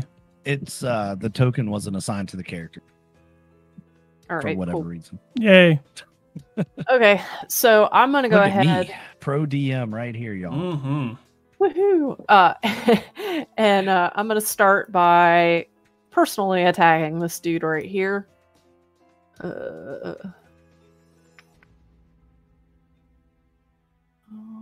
then we're gonna do. Oh man, I think this is the right one. We'll see. This weapon has such a long name that I can't even tell. Yeah, I think that's right.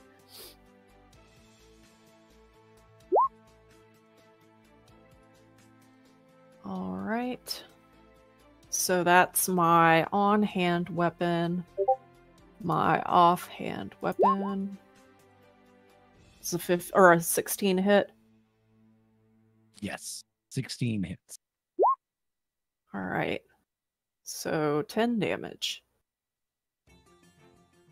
And 10 I'm going to use my bonus action to rage. Probably should have done that first, but...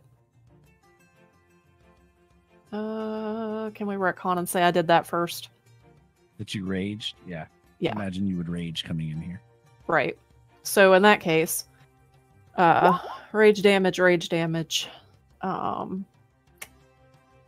Actually, hold on. Can I do that yet? When raging. Yeah, because it's not a bonus attack. Okay, and then Divine Fury and Divine Fury. Holy cow! What are you beating him up And with? Here? that's done. No, Divine Fury is part of my I know I'm messing with you.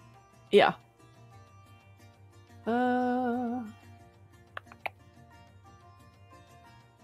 Extra attack. No, I think that's right. I think this is right for this turn. You just get one Divine Fury, but otherwise you are spot on. Yep. Okay. Well, then we'll take that first Divine Fury. So 4, 6, 8, 12 damage. Yeah, because I've got an ability to do an extra attack. It doesn't say it's a bonus action, so I guess I can do it. Oh, it's your second attack. You can make you have multi-attack. So right, because I'm dual wielding and I have extra attack. correct. So Yes. yeah, so I get one more attack then with my on-hand weapon. Correct. Right. Although if Rage is your bonus action, then you don't get your offhand attack this turn. Okay, yeah, so Because they're that's both why. bonus Okay. actions. That's right. Yeah, because they're both bonus actions. The first turn's always wonky because it throws everything off with Rage. Right. Yep. But then after that, it runs smooth. Yeah. Okay. All right. Dual wielder. Yeah, I get that. Okay. So if you're going to rage, Then the offhand weapon, which would have been the Warhammer, would not have happened. which is the 4 + 1 rage, is 6 damage. Yes, that would have been So 6 we'll take damage. 6 damage back. All right, there we go. Then, No problem. Yeah. All right. But the longsword does 12, so better. Mhm. Yep. You net 6 plus damage there. All right. Okay. Good to go. Yes, I think Do you want that's to go right. ahead and do Neris next? Yes. So Neris. Let me pull up a sheet. There's the bold. All right. let me Let's see. put- I'm not looking at his. Got so many character sheets open right now. I know the feeling. Welcome to my world. Well, I'm not the GM. I'm not supposed to have this problem. Fine, I'll take the special army away. All right. Let's not do so- anything hasty now. Yeah, not yet. Okay. So, all right, he's gonna take a swing at the same guy I was swinging at. And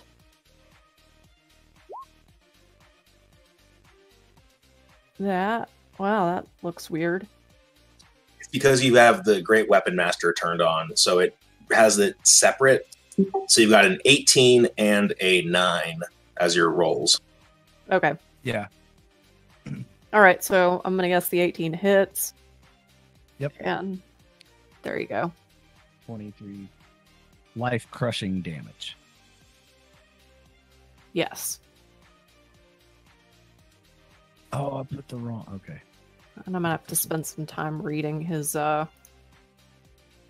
abilities to know what they all are. So I'm going to just say that that's that.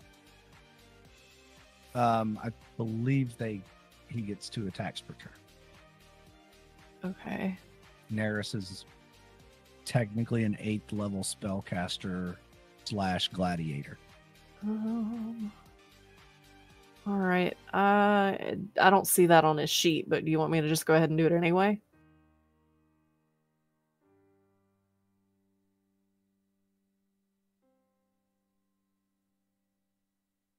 Let me look at this. You can cast the jump spell. Step. Oh no, it's not him. It's the other Githyanki card that I have out. Never mind. Okay. So no, you are correct. Yeah, I think that's that. Neris for- is a Githyanki Gish. So if Yeah, you wanted he's- to look that up. He's special. Yeah. he is. Yeah, I think that's it for from our turns. And then I guess 2 normal Gith would have come in behind me. But they wouldn't have been able to get to these guys yet. Well, if I... No. And I won't have them come in yet so that we can have our party come in. Okay, yeah, I think that's good. I'm done. It was a lot. That was a lot. Vale. Yeah. So yeah, let me get my token on this map then, I guess. Before you come in, who's going to handle the guys outside? I said I would. Sariel said she would, yeah. Okay. All right, so we got a guy right here. Oh, we got 2 guys right there. Okay. Yeah, I put them on the wrong layer, so I'm having a... Oh, okay. Are they technically engaged? Is like this one here? Is he technically engaged with anybody? No, he has not fought anyone yet.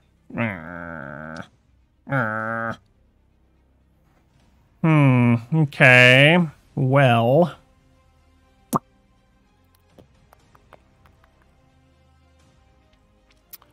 I am going to... We can move through our fellow combatants, correct? Yes, you can move through your friendlies. All right, so I'm going to go there. That would not give this guy an attack of opportunity, right? No, it does not. All right, I am then going to level my crossbow at this guy. No, I am not going to level my crossbow. I am going to use my dagger because it's close range combat. So dagger.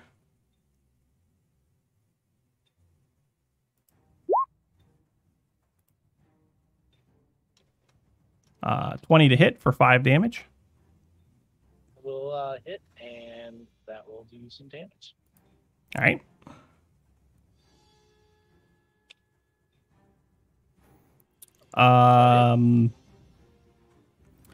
Bonus action disengage and move 5 more feet.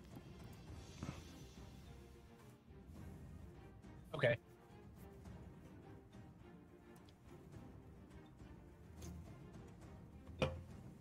And that's it. Nope, that's it. All right. All right. I guess it is Clark's turn.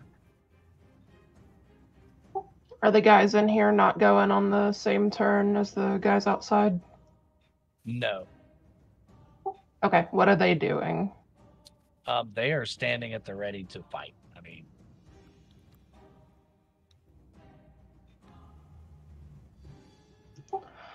All right, I guess I'll join you them. basically come in right here over this storeroom. Is where the landing is. So, yeah.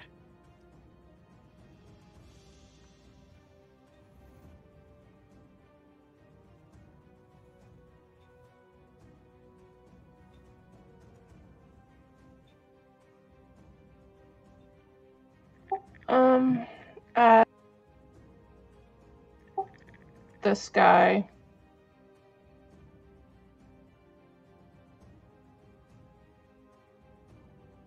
Oof. 5 hits, 11 damage. Pow. Nice. Second attack against the same guy. Oof. Oh. Jeez. There we go. I'm seeing double. I know, right? Wow. Got some All right. Kapowski going on here. He looks like the one who is kind of barking out orders and telling these guys, trying to keep their morale up and telling them, "You're the last stand. We must hold." All that kind of stuff. How does he react to getting shot in the back? He screams and doubles over in pain, turns around to see where that came from. I kind of just wave at him. He's not dead. I'm just changing his token to the right layer.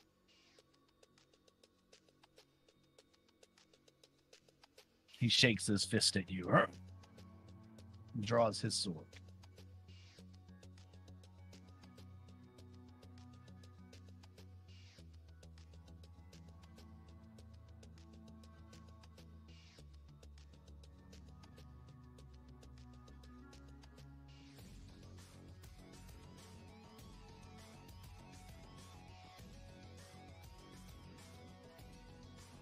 All right, he goes on 18.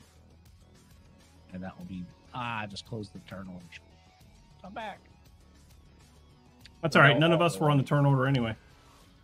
You know, the weird part is we're still on there on the GM side, but not on the player side for some reason. Really? Yeah. That's weird. I mean, as long as the DM can see it. Yeah. Yeah. All right, Furbolg, it's your turn. All right. Well, I don't think I personally am going to come in here. I think I'll assist with the shackling of people. But I do think that there's about to be a dinosaur party in here. Dinosaur party. And It's a I took a quick dinosaur look, party. and if they use 20 feet of their movement to get into the place, they can all, run around. 3, 4, 5.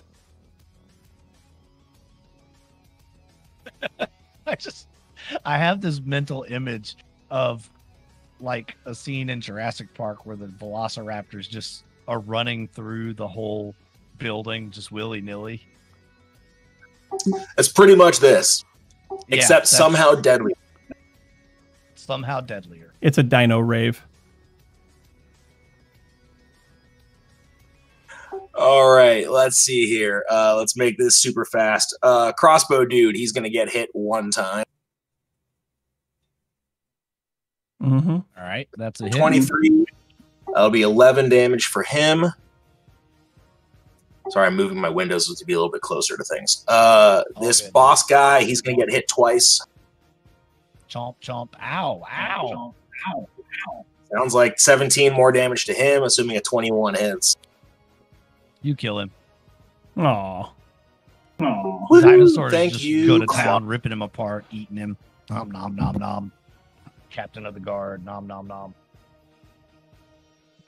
All right, 2 attacks on this guy. Oh, those Does miss. 11 or 13. Ooh, man. Okay. 3 attacks on this guy in the back, and then that'll end the dinosaur turn. All right, 17. 17 hits. Yep. 16 damage. All right. He's looking pretty rough. Every dinosaur takes the dodge action, bonus action. Okay.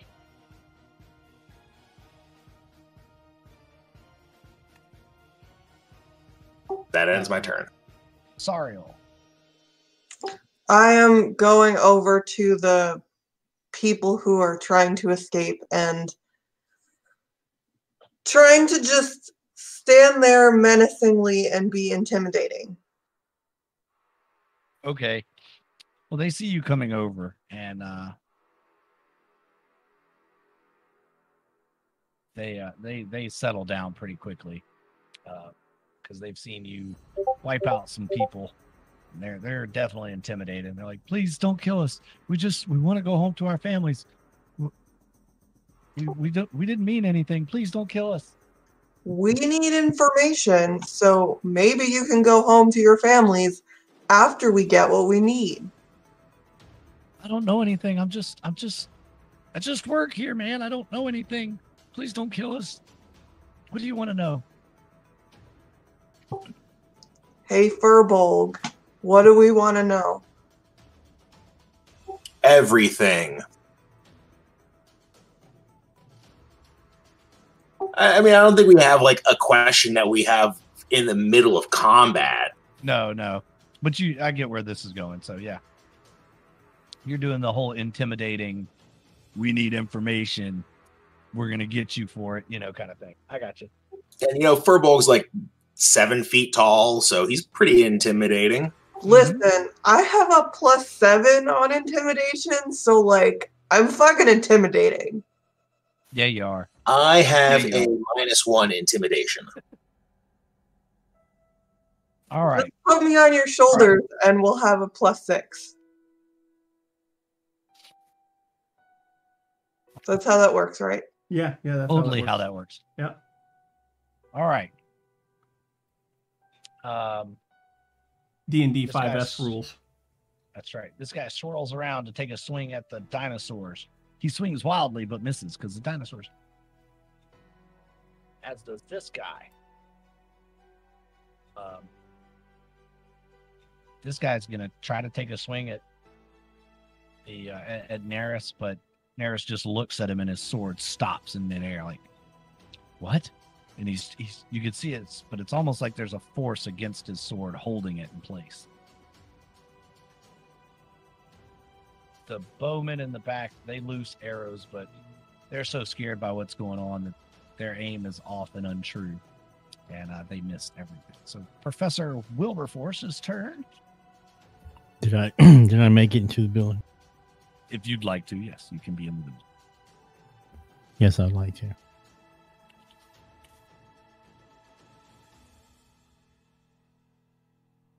There he is.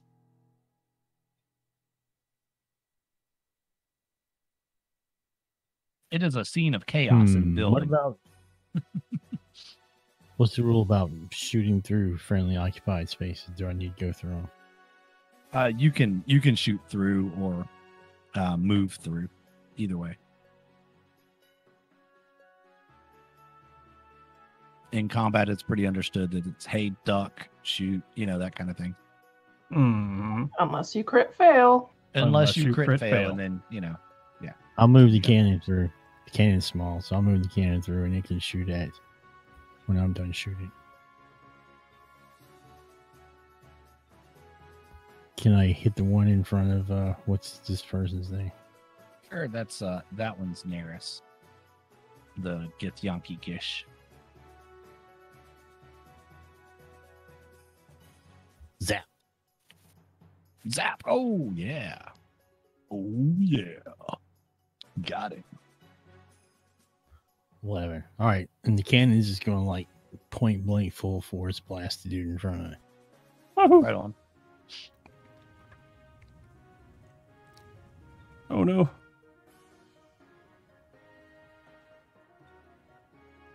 Oh yeah.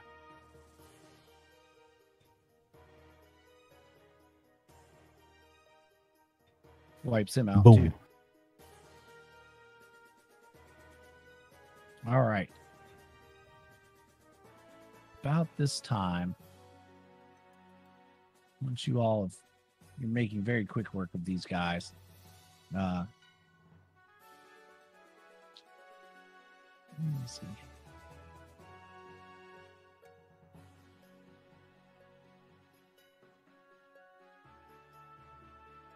I didn't have time to tokenize him. Sorry. A gentleman walks in out of this office. He says, "Explain the meaning of this." He is obviously someone of some rank. As he walks in, the bowmen make their way in front of him to kind of create a shield. And If they only have he a- would have done that before I stepped in. Then I could have explained it to him. I think he'll get the explanation that I'm about to give. Says, "What is the meaning of this? This is holy ground. You bring beasts and creatures from the dead? What is this?" Brata, it's your turn.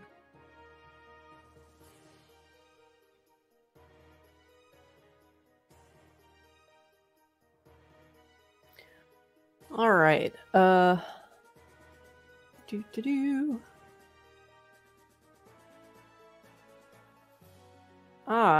am going to go ahead and move. Oh, let's select the move instead of the arrows. Right in front of these guys. All right. And then I'm going to start with this one on the end here. And I am going to attack him. All right. Oh, nice. And then my rage damage and the divine fury. All right. So that is attack 1. And then my second weapon. And all right. So there's that. And then my extra attack. A 9, I'm sure, does not hit. Nope, doesn't need to though. You dispatch that guy. Oh, he was already dead. Okay. With your last blow, yeah. So if you wanted to, as you chop bust his head in with your warhammer and turn to the next. All right. Well, I'm going to assume I turned to the next and swung and did not hit with my 9. Yes. So that is my turn for me. And then Neris is going to... He's going to move here. And then he's going to go for the main guy to hit him. And let's see. Crap, I can't read what these spells do. So I don't know if they're area of effect. Thunderwave is... Yeah. Fireball. Definitely area of effect. What's large area of effect. Okay. Yeah, it's a pretty decent sized radius. You can remember you can always search anything in the compendium. Okay. Yeah, you can. But All right. It's a pretty big area of effect. That's what I thought. I'm gonna have to radius. 20-foot radius. Now, do you have to? Each creature in a 20-foot radius sphere centered on a point must make a dex save. So you can center something off of the target and just have that be the outer reaches of your 20-foot radius. That's what I was thinking, but this room is tiny. Ignore that measurement. These are 5-foot squares. Okay. Oh, okay. So if they're 5-foot squares, then 5, 10, 15, 20. So if I were to hit in about here, it would hit all of them. Would it also hit? No, it would hit. Well, this isn't right because the scale isn't right. It goes by the squares, not by the distance of the squares. So that is 20 feet. Yeah. So if you were to center it on like the back wall, you should be able to catch all of them. But you'd also catch Clark. Well, that's what I was going to ask. Oh yeah, Isn't Clark at Clark. another room? Isn't that? No, they're on the landing. That's a landing, not another room. They're in between the levels, so that's a landing right there. Okay, so they would be Clark would be exposed to being hit then. Yes. Okay. Let's see here. This.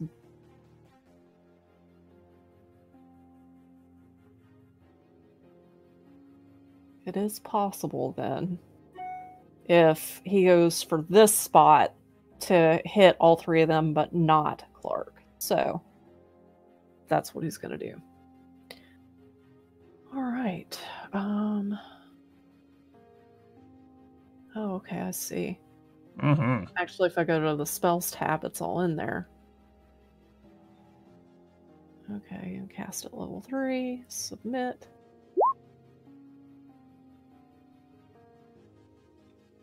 Fireball.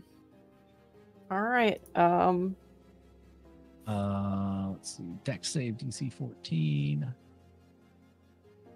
20. No, that's not what I meant to do. I meant to click the advanced dice roller because he does have a dex bonus.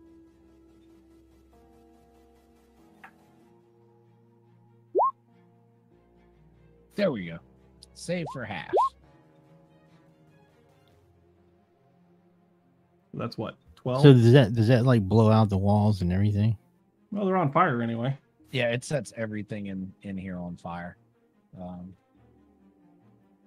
So say for half, and you did how much? What damage?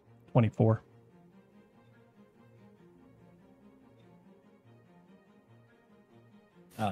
So 12.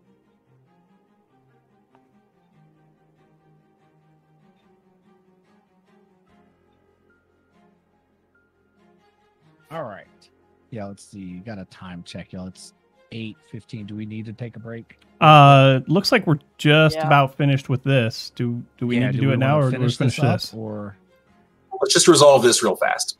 Yeah, I'm good. I'm good with resolving this real quick. Okay. sounds good to me. I'm fine with that as well. Okay. But somebody just sent me a message and reminded me of the time. So thank Time you check. for reminding me of the time. I appreciate you. All right. Brata, you're done. Not bringing anybody else in. Well, I mean, yeah, I was gonna bring in a couple of the GIF. Oh, okay. Go ahead and bring them in. How?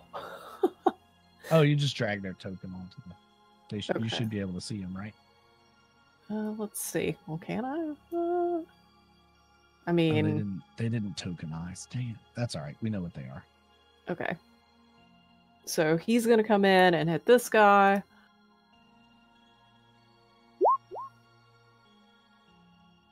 Yep. All right. Oh, And then another of them is going to come in and also hit that guy. Hang on, that guy. He was done some damage by the dinosaurs last turn. Oh, is he dead? Yep. All right. Die, fucker.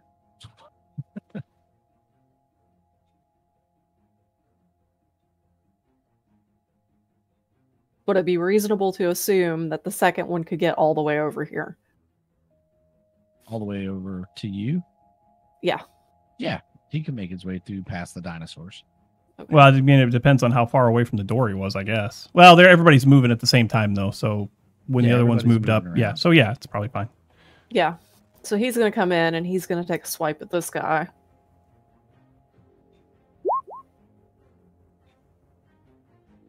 Okay, that smacks. All right. And then,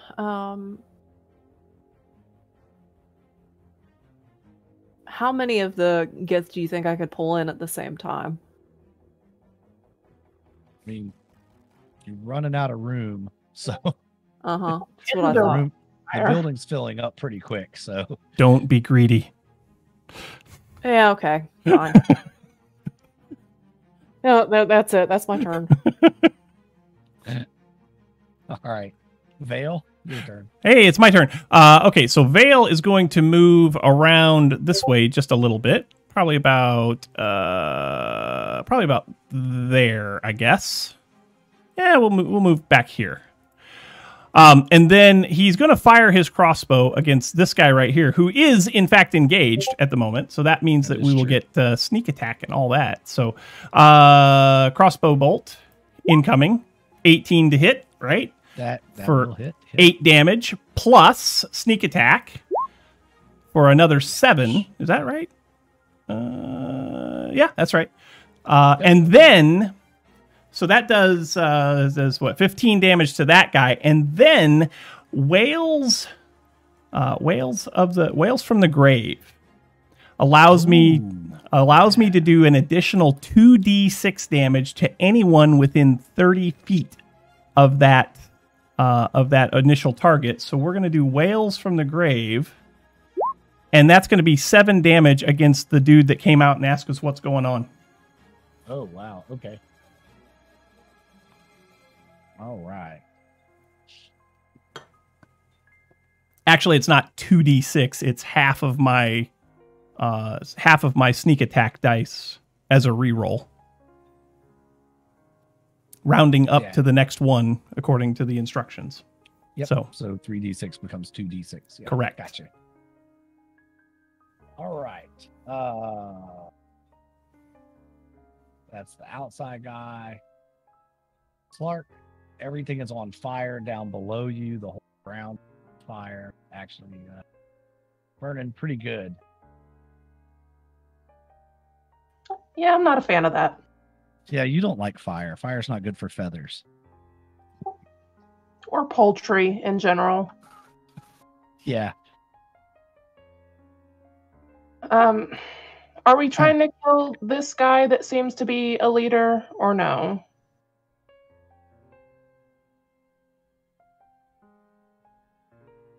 It seems like y'all are trying to kill him.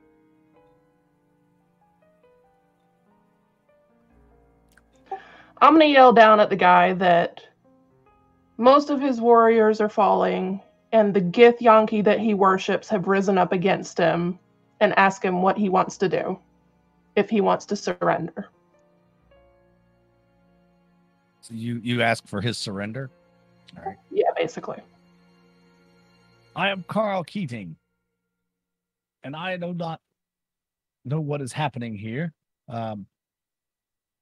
I am the overseer and the head cleric of the Order of the Sacred Grove, and you all are committing heresy and turning these Gith against us. We worshiped them for years, protected their homes and the afterlife. Now you bring them and turn them against us? I should slay you all. He speaks pretty bravely and elegant for a man on fire. Doesn't he, though? And he says, but given that you have dispatched the majority of my defenses, and wisdom seems to be the prevalent cause of nature continuing, I would like to negotiate a truce.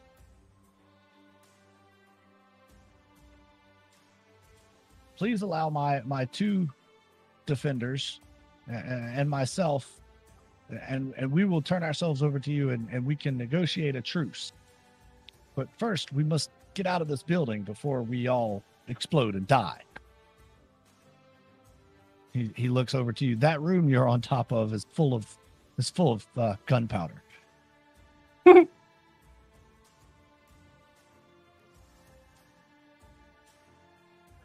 I look down at Brata and kind of gesture to her and see if she wants to move out of the way and let these guys walk out, or if she just wants to kill them.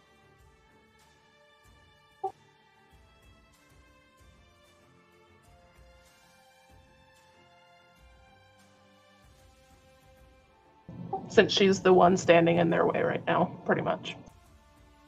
So do you give her like the pass or cutthroat kind of signal? Yeah, basically.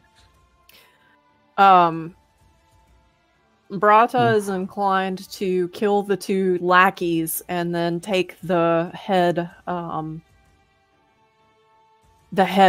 there prisoner. Yeah, that's what I figured.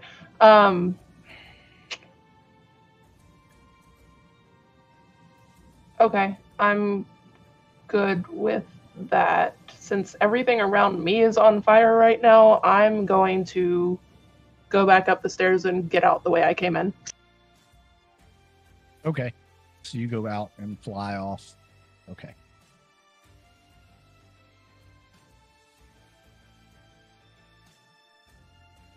Furball, you're outside. You see Clark fly out of the building. There's a lot of smoke trailing behind.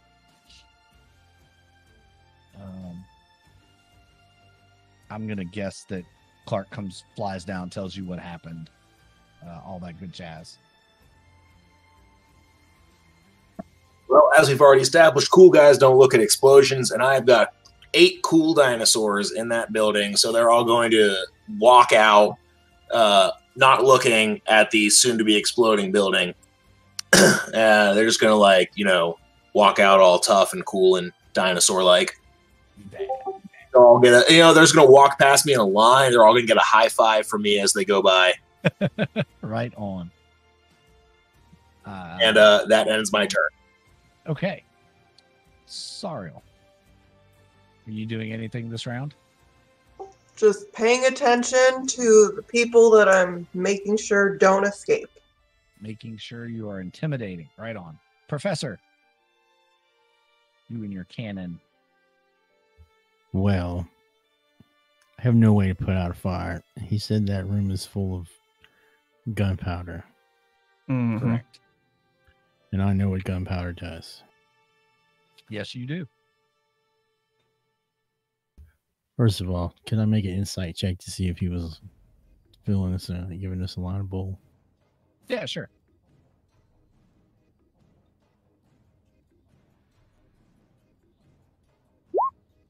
Psh, whatever. You're like, I don't care if he's telling the truth or not. Gunpowder bad. So I would suggest you have your new foot soldiers grab them and escort them out, and let's leave this place before it explodes. And then I will step out. Right. Professor takes his cannon and tells you, we got to get out of here. You need to get these guys and escort them out. Brata? And I guess hand Vale. So Brata first.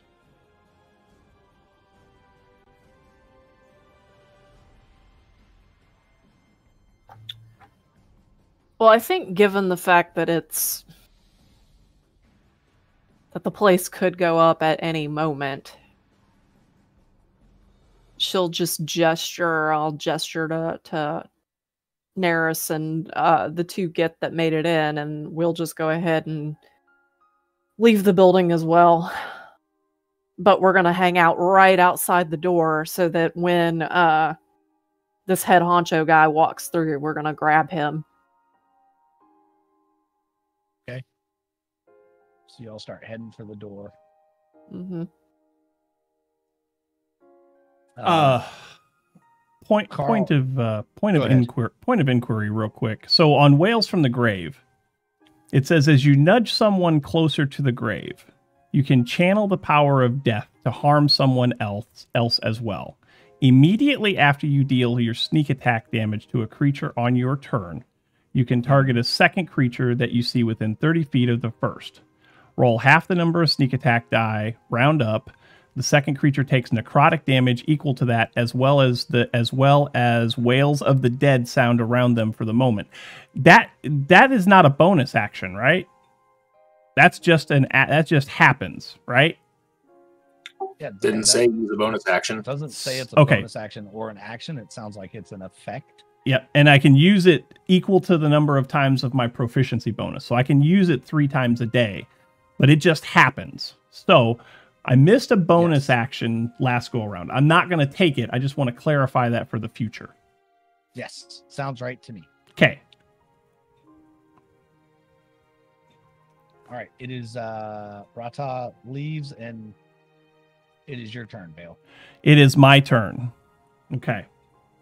Are the does it appear that the 3 individuals are complying with the instructions to vacate the premises?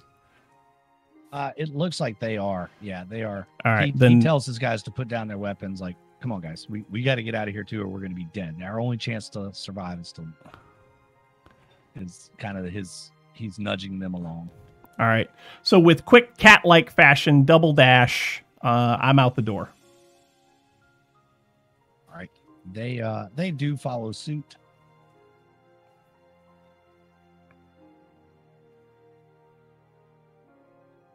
And head out the door as well.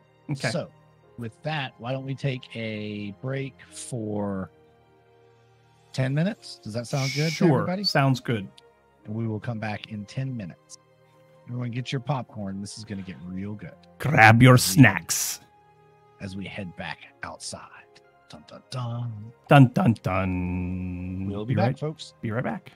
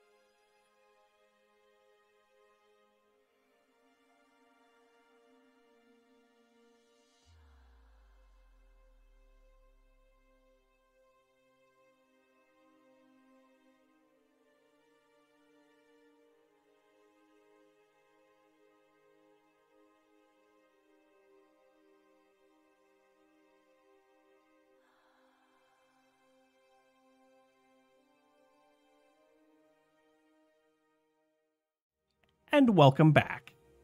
Hope everyone has their snacks and is ready for some interrogation, maybe? Maybe. We'll see. We shall see.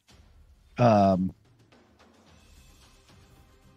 you all get outside, you regroup your troops, etc.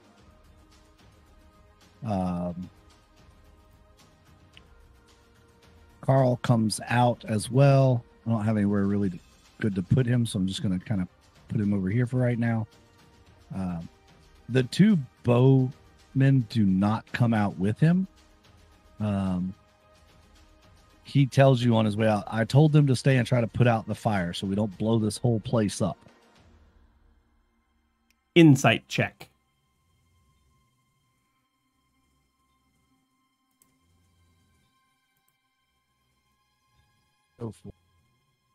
Oof, this is going to be bad. Oh, yeah. Okay! That sounds like a great idea! Good plan, man. It's too bad I didn't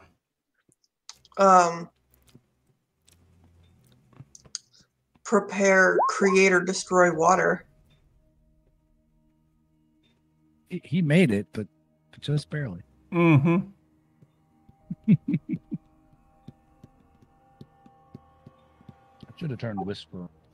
Oh, well.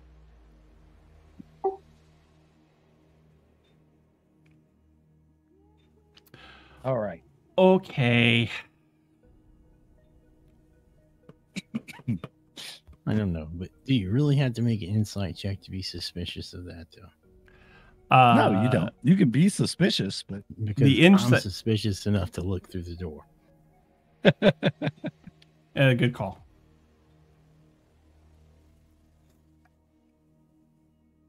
All right. Like, if they don't have buckets of water or blankets or shovels, they're getting fucking shot. Oh, I'm sorry. Why are you sorry? I said a bad word. That's okay. We say fuck around here. Yeah. Oh, it's cool. This is a adult friendly stream. Yes. It's cool. It's I cool, mean, bro. I mean, fuck is a PG-13 word, isn't it? As long as you now. only say it One once. movie. 2 fucks makes it a rated R movie. Okay, so we're rated R, at least. Now, yeah. I mean, that's- now. I mean, that's at least 5 this stream. So yeah. Yeah, that's okay. Fuck it. Fuck it. It's all good. Understood. All right, moving along. I don't fucking care anymore. All right. So Carl comes out and Carl. he's willing to negotiate a peaceful resolution to this, but he has to know what on earth did you do to raise this army, these Gith against us? Why would you do such a thing? We are a peaceful, kind people. Bullshit. You haven't been peaceful to us. I've never met you before in my life. I don't know who you are. No. Well, then why did you send your lackeys to kill us? I don't even know who you are. How would I know who I've sent people to kill if I don't even know who you are? People. We're from the orphanage. You know, the orphanage. The orphanage. There are a lot of orphanages in the land. Yeah. And you send your warriors to go kill poor children at all of them, huh? No, we don't send our warriors to kill children. We send our warriors out to maintain the order of nature and the world. There are things in this world that are not of natural causes, and those things need to be eradicated. I point my crossbow at his head. I say, if you say order one more time. What's wrong with it? It's the way the world should be. I really don't like this guy. Can I shoot this guy? You guys, can I shoot this guy? Right? Like, can I shoot him in the head right now? Yes. Do it. Yes. Is he going to give us any useful information? Now that would be metagaming, wouldn't it? It would be. I mean, it's a totally reasonable thing to ask the cat. What did you do, dog? I can't shoot him. If why am I blanking on your name, Rick? Vale. If Vale is calling out, "Can I kill him?" my response as a party member would be, "Is he gonna give us useful information?" Okay, fair enough. I thought you were asking me. I flipped my coin. It came up tails. I can't shoot him yet. Oh, okay. I can't shoot him All yet, right. but I'm close. But you want to. I You so want to. want to. I so want to. Well, you should at least see if you can motivate him enough to tell you more about why he attacks your orphanage. That's a good idea. And I produce my pinky claw, my notorious pinky claw, and I stick it right up under his chin, and I gradually start to work it down towards his voice box, going, why would the Order of the Sacred Grove be so interested with the goings on at Karen's home for orphan children? And there's a steady stream of blood running down his throat on the outside as the nail when you digs. say Karan's home for wayward children, his eyes get really big, and he looks at you and he says, "You're from Karan's?" Yes, I am. Didn't think anyone had survived. The only people that didn't survive were your people. How long have you been gone? Hey, When were who's we home asking the last? questions here, Vale? Hey, I think I need to replace Vale here because I'm going to take the insight check to show that this has happened in the last couple of days, Oh, yeah. and I got a 28. Oh. So I think Furbolg has ascertained that since we last left, which I think was like, I want to say a week ago. It's in probably been a game week. time. Yeah, it's probably been a week. Yeah, about a week. There has you definitely know that since the last time you were there, something has changed. Something new has happened. Uh-huh. And given that there were only about 20 Order of the Sacred Grove people here in the city, like guards, people, and soldiers, an area this large seems like it would have more guard people, etc. Your insight would definitely ping off that something's off. Yeah, I had definitely been wondering where all the Order people were already. So yay, discoveries. There you go. That's the insight for you. So he says, So- he's go ahead.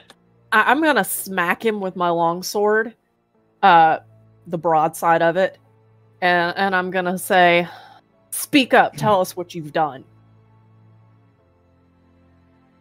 And he looks at you and he very slowly starts speaking.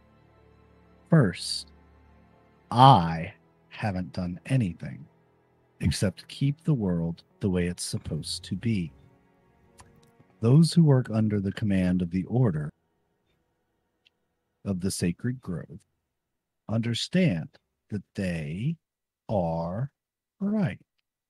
I'm gonna They are- smack him again, and I'm gonna say, "Tell us what you have done." Well, My paw is still on his throat, right? yes. Okay. If the reports are right, your precious home for wayward children is a wayward home itself in smoldering rubble. Burnt all of those shape-changing werewolves. Killed them all, doused in holy water. They shall forever be gone from this land, never to return and wreak havoc on anyone again. I want to rip his That throat. I am proud. I'm gonna. I want to rip his throat out. Yeah, I was about to say, I'm looking at Vale. I want to And rip his all throat of out. you are all of you are And I'm having just a like- very visceral emotional reaction to this because he is gleeful about what he is saying. He is excited and happy that what he is saying is true. Except, I don't know what the hell this orphanage is they're talking about. So yeah. Hang on. I need to stop everybody from killing this guy for 1 second. The logical side of Furbolg is going to kick in for at least a second. What's the teleportation limit we have with that item we have? Like, how many people have to go with it? Yeah, 6 people once per day. Okay.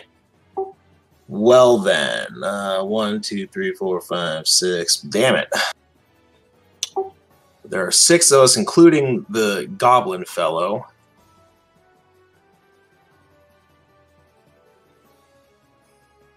And if we leave this guy, he's going to disappear.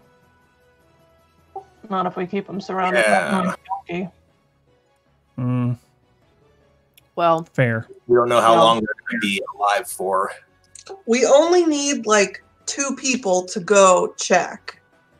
And or come 2 back. people to sit here and watch. I mean, we could send, 1 person and 5 Gith, or... I still want to rip his throat out. Yeah, I do too.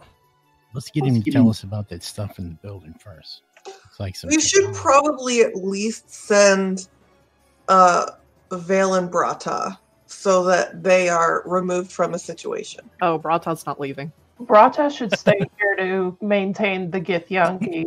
Mm-hmm. And if I leave, I'm I'll taking stay. his throat with him. I'm taking his throat with me.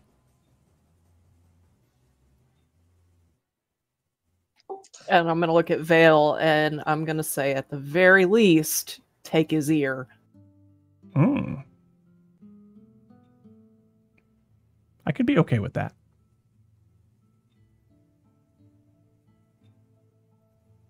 Furball, why don't you go check what's going on?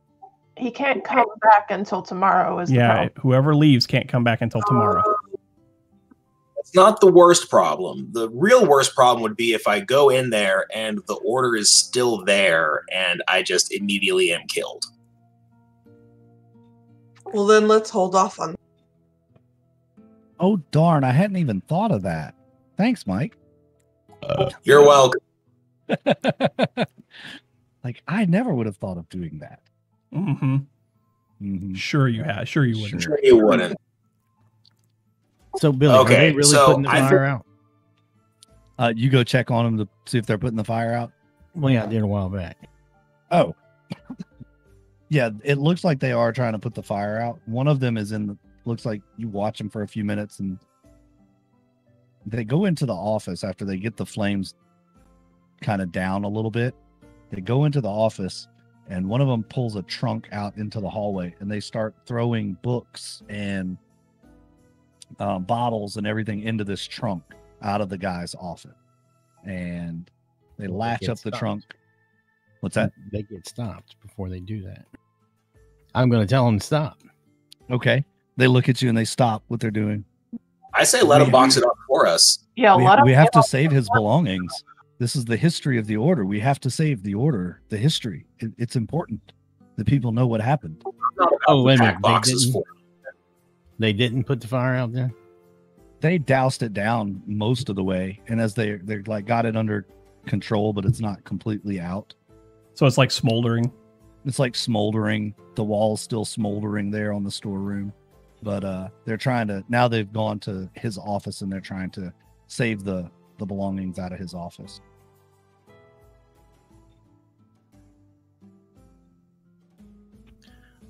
All right. Was that a machine that's in there? Where? In the building. Some kind of machine in that building. No, not that you've seen. There were no Modrons or anything like that in there. I thought they were like cogs and stuff. Maybe I wasn't paying attention. No, all the That was cogs. outside. Yeah, that was all outside. So like back over here. Okay. Back over here, there was I one know. that got torn apart, and then up here by the gate, there was a couple that got torn apart. No, I got you, but it kind of looked like there was some kind of machine towards that back wall. It looked like there might have been some electrical conduits or something in the building. I had that same kind of thought. I gotcha. Oh. I see what you're saying. But it sounds like they were not electrical conduits. Mostly because there's no electricity. No, that's not electricity. That's those are just water This was a futuristic map that I repurposed for this because it looked cool. But yeah, that's like some kind of pipe work that comes in. Cool. And this is like a water station here where across the back wall. So okay.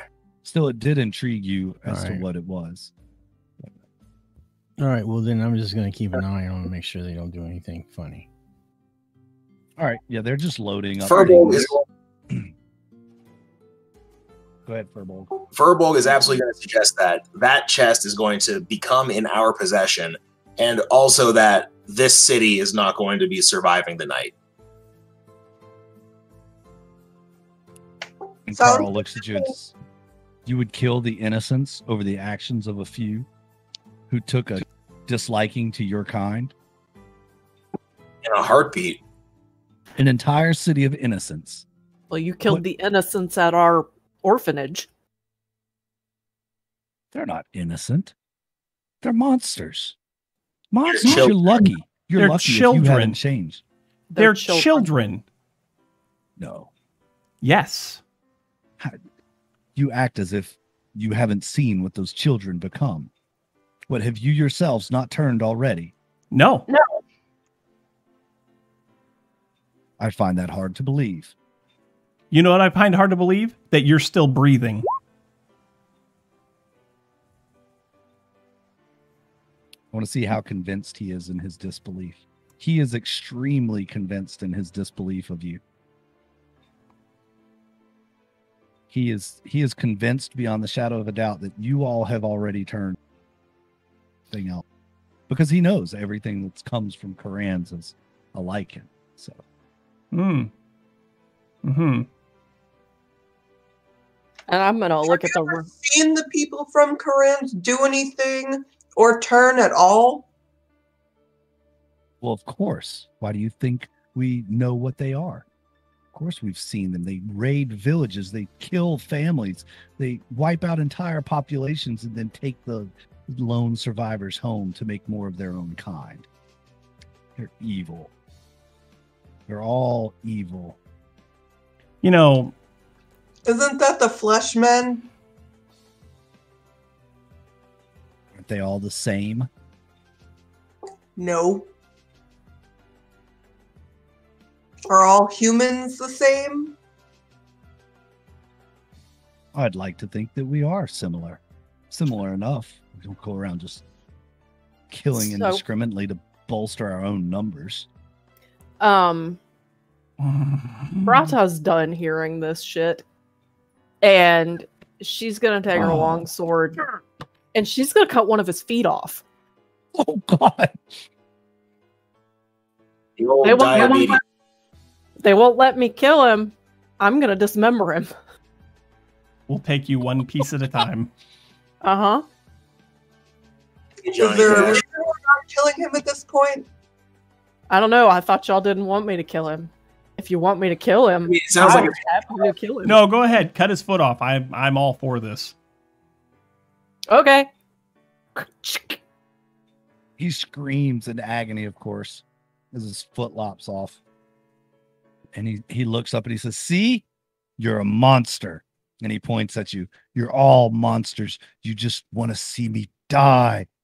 The claws. No, I want to torture you. And yes, I am a monster. The claws come out and just slowly pierce into his throat until they're fully extended. You see his lips move and he starts... It looks like he's casting a spell. I rip his throat out. Okay. You rip his throat out and he gurgles and blood spurts all over you. right about the time his two minions and matches are coming out of the office building, they see it. They're carrying this chest, and they see his throat get ripped out, and they're just crushed. And he goes limp, and you're holding his throat in your hand. His flesh and blood is dripping down your paw. I go like this. I go like this. And throw it on the ground and level my crossbow at the two guys holding the chest. They both just drop it and put their hands up. They're like, they don't want to die. And the three guys that are shackled that Sariel's standing over and Clark and Furbolg were watching are just like, they have pissed themselves. Good. I say, Vale, you should watch it. With the Modrons here, they may cite you for littering. I don't think there's any Modron left. And besides, bring them. Literally. At this point, Brata looks at Vale and looks back at everybody else and says, "Take no prisoners."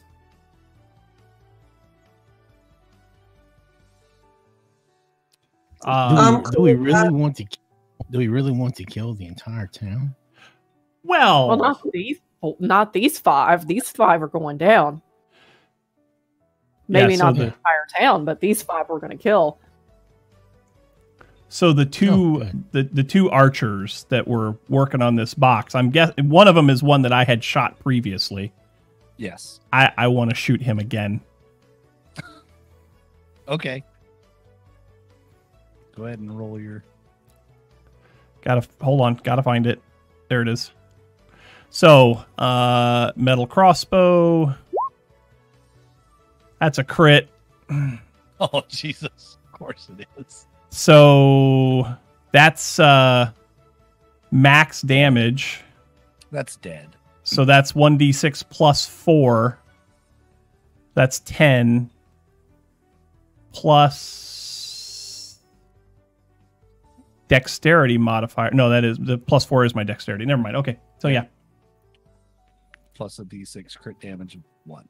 Right on. Yep. Mm-hmm. When you shoot him in the head and he just falls over backwards. And I turn to the guy next to him.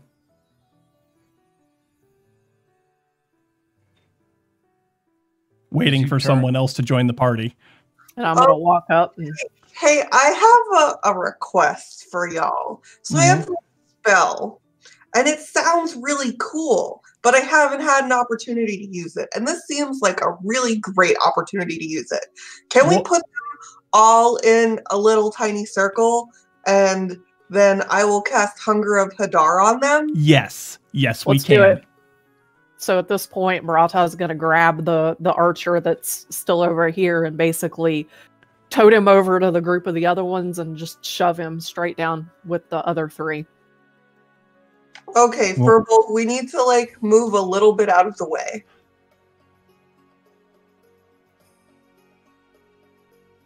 All right. I want to move out of the way too, but I want to drag this chest, and while they're doing this deed, I want to use the wand of magic detection and go over the stuff in this chest. So this guy right here, he's dead. There's these three guys right here, and then there should be one more guy that came out carrying the chest, right? So there's 4 people there. Yeah. There you go. 4 okay.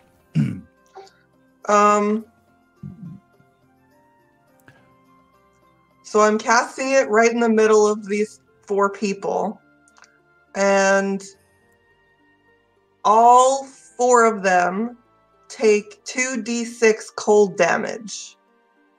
So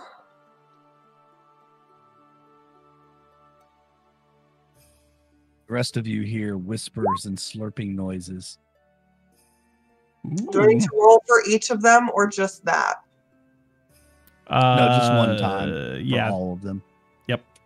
Any creature, let's see. It's a Any DC, creature it's starts a a turn. dexterity DC save. 15. Dexterity.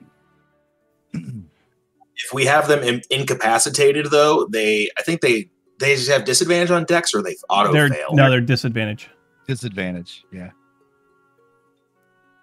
The only time you auto fail is if you're prone, I think. Oh. But they're not prone, so.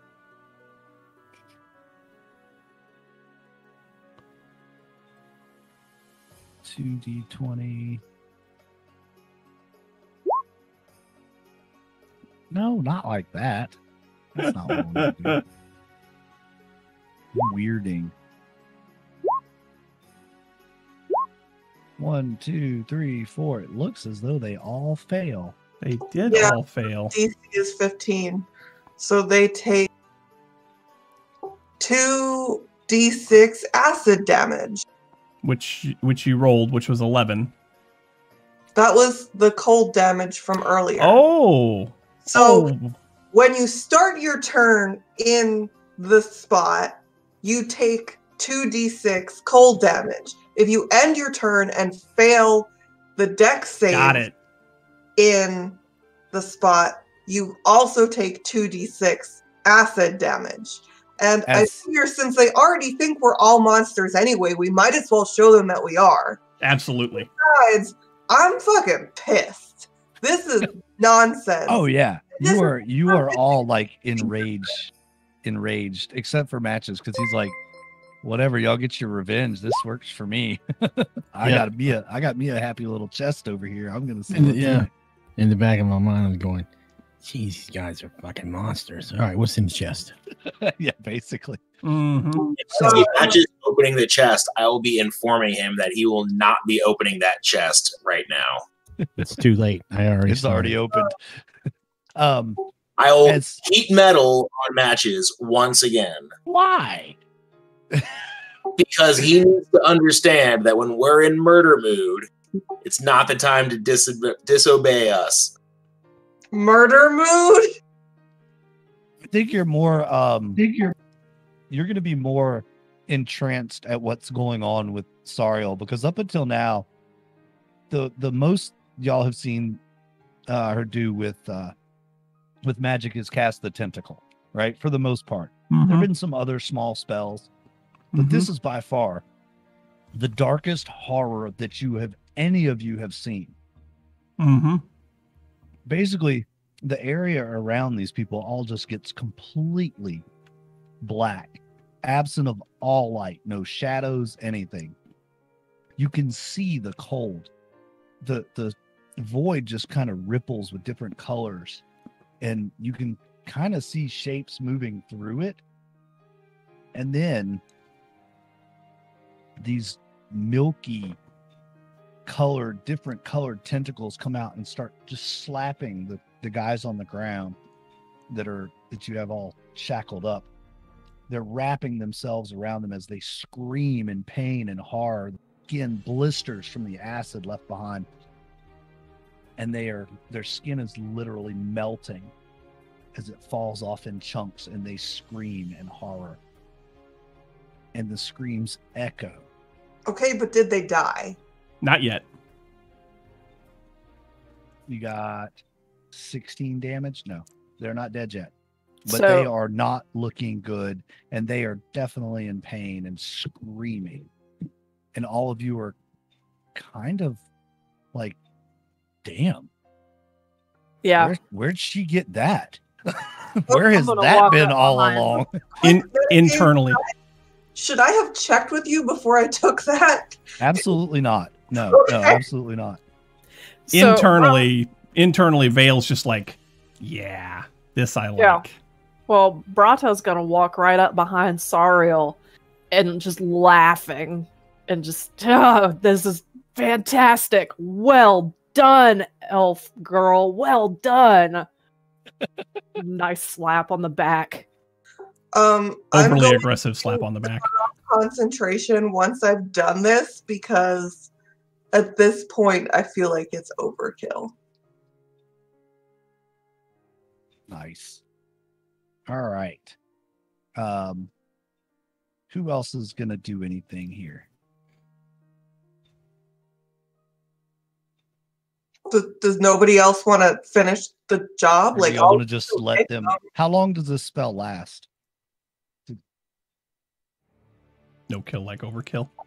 I mean, Duration concentration up to raptor 1 food. minute. So this will last for 6 rounds. It will continue to do this for 6 rounds until they are dead.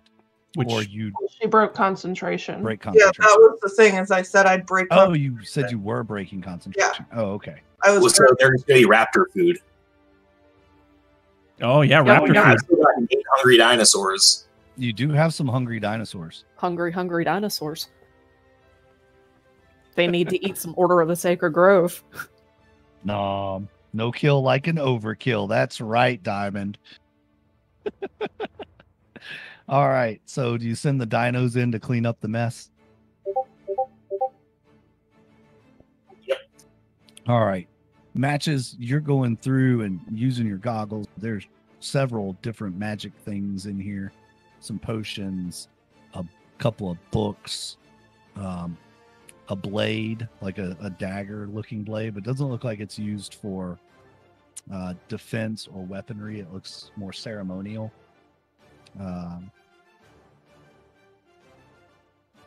Basically, right. just stuff like that. That's the only magical stuff in here. The other stuff is just books and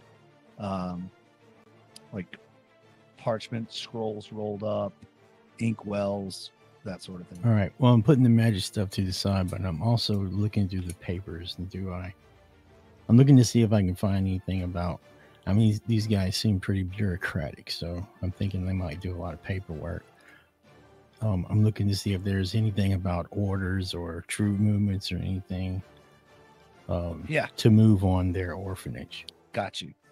So you find a message very near the top of the stack. You find a scroll tube, and the wax has been cracked on it. And you dump the scroll out. You open it up, and one of them that you find does say, "Report from Karans. We've broken the perimeter."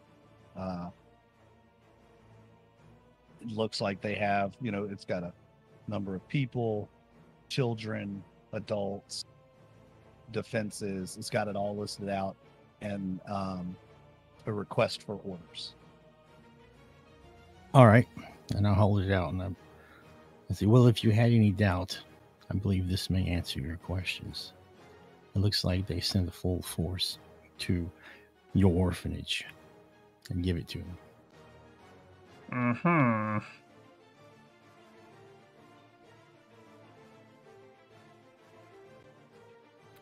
Well.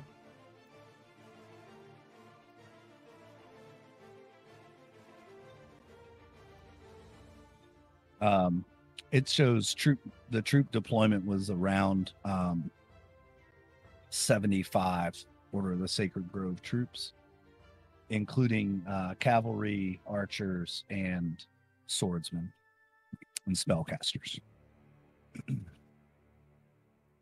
Barata is inclined to burn this entire town to the ground.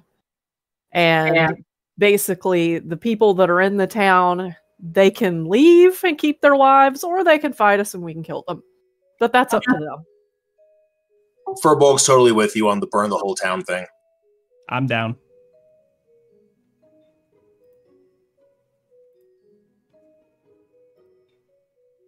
Matches? Do Clark? you Sariel?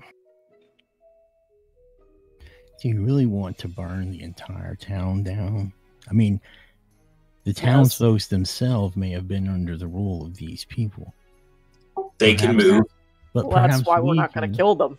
Well, here's But perhaps we can show them a different kind of rule, a little more freedom, and then we can have this whole town as our resource.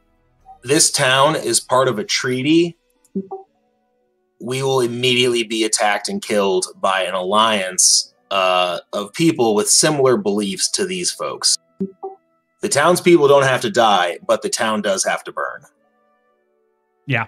Well, that's a shame. I would prefer the town than keep the people, but If you All right, want all to play bureaucrat, you can find a different town. wait. if we're just gonna get murder, if we're gonna get attacked by others, like, we should maybe just leave the town alone. We're going to get attacked no matter what. Yeah, they're coming after us no matter what. We can burn the town or we can not burn the town. The town wasn't the enemy, the order is. Everybody that was left of the order in the town is dead. We should make sure of that. We should make sure that all of the order is done. We should, before burning the town, which I'm against, but I also know once you guys get it in your head to do something and are in blind rages, I can't stop you. We can let the people leave. We don't need to drop a meteor on the city. It can be a slow fire. Also, we should get our puppers. And the cart. But also how you felt when your entire village was burned to the ground and all your family was left dead and you had nowhere to go when you were a kid. I think that I should at least go take a run through the library with this wand of magic detection before we burn it down. Clark dropping some real on y'all right there. I'm gonna just shrug my shoulders and be like, go for it, matches. We won't burn the place down around you. Not yet, at least. Could I have some of your people to come with me in case there's, resistance? Sure, I'll go. I'll go. I just want to take a quick run through the library to see if there's any magic books and stuff in there. Then you can burn it to the ground. I don't care. I'm going to start placing gunpowder around this temple area. And I'm going to help Furbolg with that. Okay. That's a great Y'all idea. are basically going to rig this place to blow and burn. And we're going to do one of those slow movie walkaways while it explodes behind us. Right on. My plan is just to have this whole temple area on fire. This temple area is I'm okay. You know what? I'm okay with that. That's fine. It will probably spread, but the other people will have time because there's walls and stuff, and there's not really flammable stuff in this temple area. So the city will probably burn, people will get out, and there are plenty of other places that will take them in. Is there more that we need to look for here besides the library before we burn it all down, though? I don't remember anything here besides the library.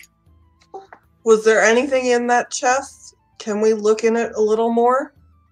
We're going to take that with us. Yeah, that's coming with us. Yeah, that's totally coming with us. We'll say that as you all are setting the charges around the temple, you'll explore all the buildings and look for all the treasurable things before you blow it up. Okay. And then we'll come up with a list of treasure at the end of the session. I'll give you guys some treasure, either probably off game. I'll send you treasure lists, and then we can recap it at the beginning of the next game. Sounds good. Because you're basically going to loot the temple area and then burn it. Pretty much. Yeah, that's what I figured. So you do that. You do find a pretty significant haul of goodies, treasure, magical things, non-magical things, heirlooms, artifacts, weapons, armor, pretty much a little bit of everything. Some of it's Gith related, some of it's not. Some of it is things that were taken from very old times, and they've been stored here for quite a while. Matches, you find some interesting tomes in the library, and one that I'll tell you right now is it's the history of the realm kind of book, but it's the ancient history and it's recorded in a lot of different languages throughout time. But some of the stuff that if you just glance through it, you see pictures of these tentacle-faced beasts and these flying machines that you heard stories of, from the war. Do I see the book that he's looking at? Yeah, sure. You can see it. I've seen one. That he's flipping through those. I've seen one of those. One of what? one of those in the book. The flying machine or the tentacle creature? The tentacle creature. All right. Could I mean, I have the scholar as a background. Could I get a chance? I believe as a player, I know what it is. But... Yeah, you could see if this lines up with your knowledge of the history and the creatures that you know of. Yeah, you can do a knowledge on that. You're pretty sure you know, so.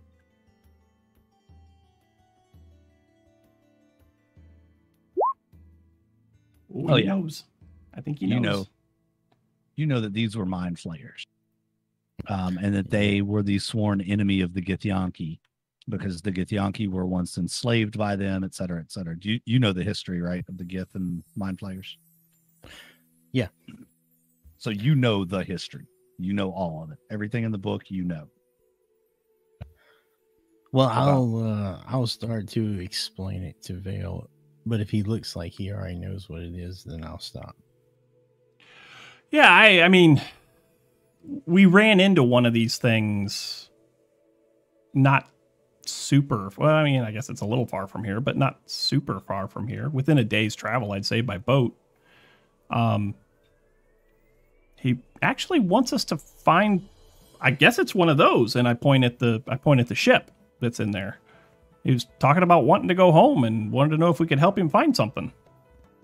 We said yeah, and he let us leave. So... All right. Well, I think today started off kind of crappy, but I think it was but it ended so well, and I sniffed the blood that's still on my paw. Yes, I think it ended quite advantageously. Perhaps we should go out and celebrate and help burn this place to the ground, Vale. Yes, we should. All right, pack up all those magic books and stuff, and let's go and strike a match. All right.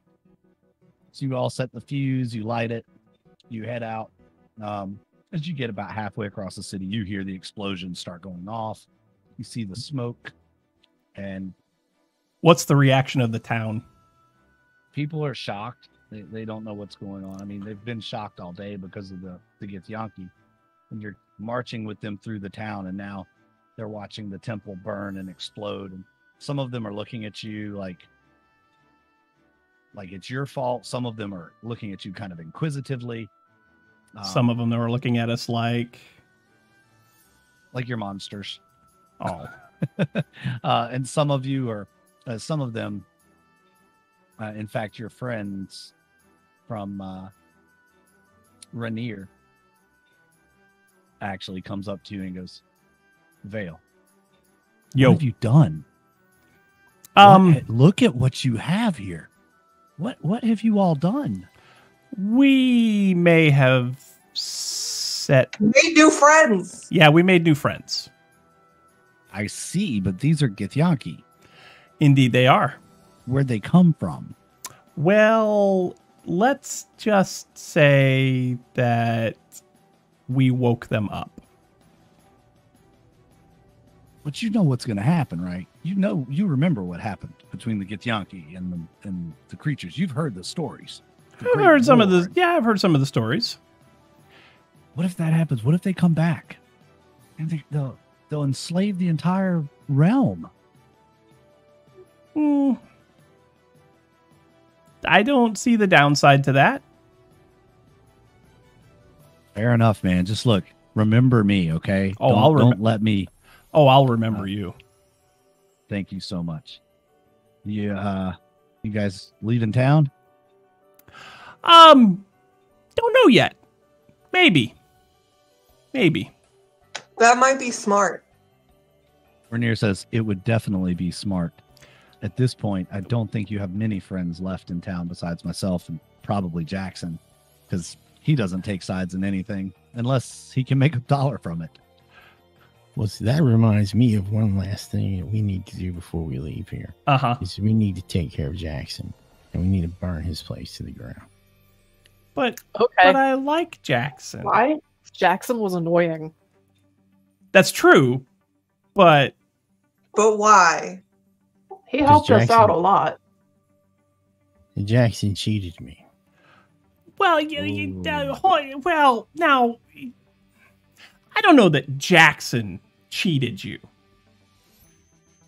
I don't know that he did this to you. I think you just got in with the wrong people, and then you kind of got swindled a little bit. But I don't think Jackson did that to you.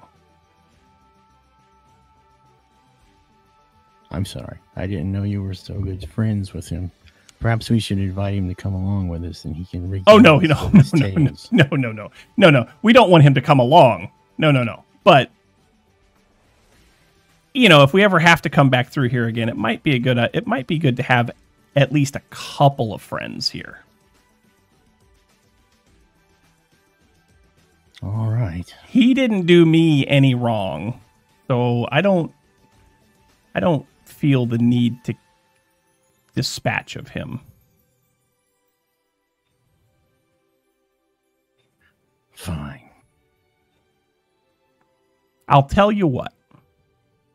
Here's what I'm willing to do for you. You've been a tremendous help to us. Here's what I'm willing to do for you. You know that cart? You can have the cart. I'll find another one.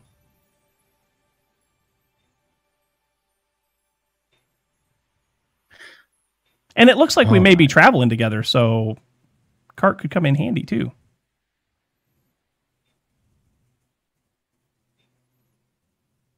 Well, All right. He does have a pretty nice head, though, Brata. They made statues of him in his hometown. His head might make a very nice trophy.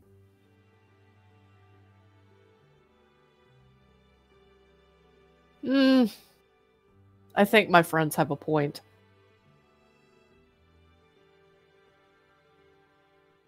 Weren't you just explaining to us about why we shouldn't wantonly kill people? No, I didn't care about the people. I wanted the town and the resources that the town could bring. Perhaps go ahead. by leaving Jackson alive, maybe he can make sure that we have all the resources that we need if we ever come back.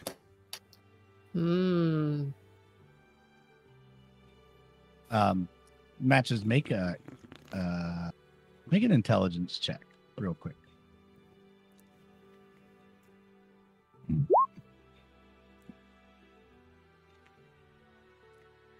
When Vale says that to you, you actually have this little idea spark in your mind. And you think for a moment, you say, that might not be a bad idea. What if we turn the city over to Jackson under the agreement that we get a tax or something along those lines? I'll let you come up with the rest of it, but you kind of have this idea that pops into your head when Vale says that about using Jackson to get resources, money, etc. from this city. Wow. My internal monologue just had an idea. I don't know where it came from, but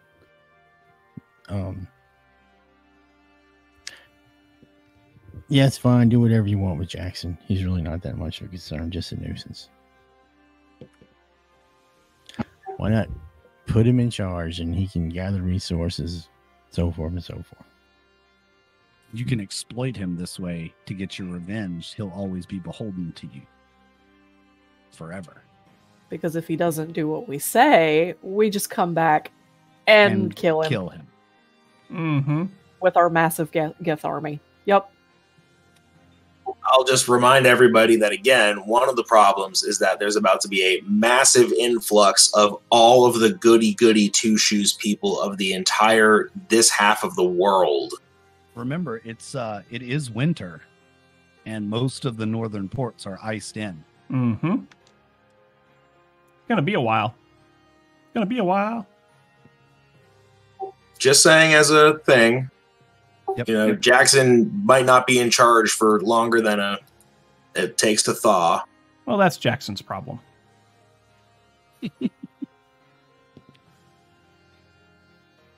All right. I'm happy with leaving Jackson be. If you guys want to leave him be, so I appreciate that about you, Matches.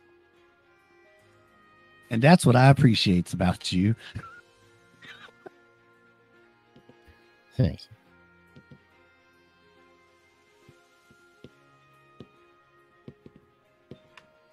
Okay. But All right. So I think we should go talk to Jackson then. Did So you are have we something not else, lighting Matches? all this? Are we not what? Are we not lighting all this gunpowder? No. Oh, we already did. If we did, then most of there's gonna be. Okay. I thought We seem to we be did. really mixing up. Are we destroying or undestroying or what? Temple The city. area. Yeah, we blew up the temple. Yeah, you blew up the temple, set the Okay. temple area on fire, all that good jazz. You're If the leaving rest of the out- town burns, that's, whatever, but we're not going to set anything else on fire. It's Jackson's problem now. Yeah, Basically Jackson's in the charge. attitude. Hey, Jackson, somebody blew up the temple. You're in charge. They said, save your city. I don't know. Oh, and we get half. Yeah. Yeah. Matches, what were you going to say? No, I just wanted to make sure that it was understood that I don't care if we burn this place down. All right. I got something out of this place. I'm cool with moving on. Okay. Because, as Furball pointed out, there could be an army coming here, or at least within the next few months, or Mhm. even if it's half a year.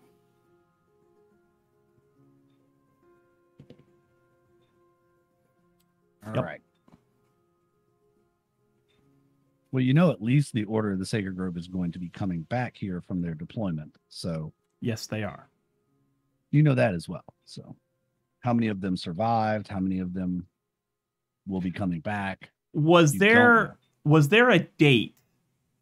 Was there a date on the papers that said that the army had arrived at Karan's and had, figured out defenses and all that? Like, how long ago was that? Yeah, that was about 4 days ago. That letter was dated. And how long would they have been traveling by foot or by boat? Do we surmise?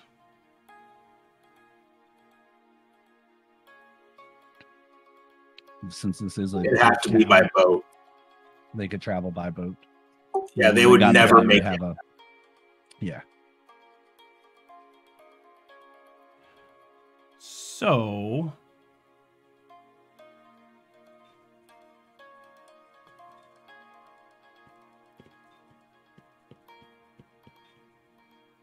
So they is very there- well, yeah, go ahead. I mean, is there a chance that we could get there? I don't know how far away your orphanage is. Is there a chance we can get there to actually do them any good? We can be there today. If nobody's gonna bitch about us leaving the dogs somewhere. Big if. I'm sure Jackson will take care of the dogs for us. But then we have to come back here to get them. You would love to leave the Where dog. we here. yeah, welcomed. Hmm. Why What was don't we, that? at the very least, grab all our stuff, including the dogs, and get back to our boat? Because we'd also be leaving this army of Githyanki behind. Yes, that is very true. We'd have to leave the army of Githyanki behind. Githyanki, I'm not leaving my army. Githjanki. I don't think we're gonna have a choice, but we'll find out. I mean, we could try to commandeer a bigger boat. How big is the boat that we have? Will it fit all of us? It'll fit all of us. Well, yeah, I mean, including the army. No, I don't think so. How big was our boat, GM? Is he frozen? Maybe. He doesn't seem to be moving. He's circling stairs. He doesn't seem to be moving. Oop. Yeah, he's a circle instead of squares on my screen. Yeah, same. Womp womp.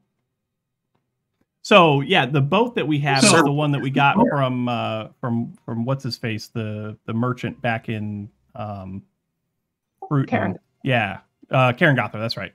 And it was that steamboat kind of a thing. So it wasn't huge. It was big enough for our party with a little bit of room to spare, but I don't think it was big enough to carry much more than that.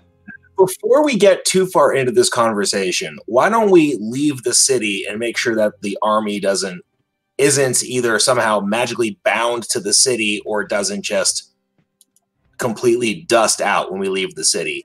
Because I have this feeling that we're not just gaining a permanent 20 Gith Yankee. That's probably accurate. So let's wait for the DM to, give a crap and actually show up for the game. It posted that Discord crashed. Hey, I'm gonna take a run to the kitchen real fast while he's rebooting. I'll be right Okay. back. But yeah, we could go to the main. We could probably go to the main gate, go outside the city walls, and see what happens to the. I have been informed that his Discord has crashed and he can't seem to get it back up. Oh no! So- Oh no! So tell him to get into your room and play from your room. Yeah.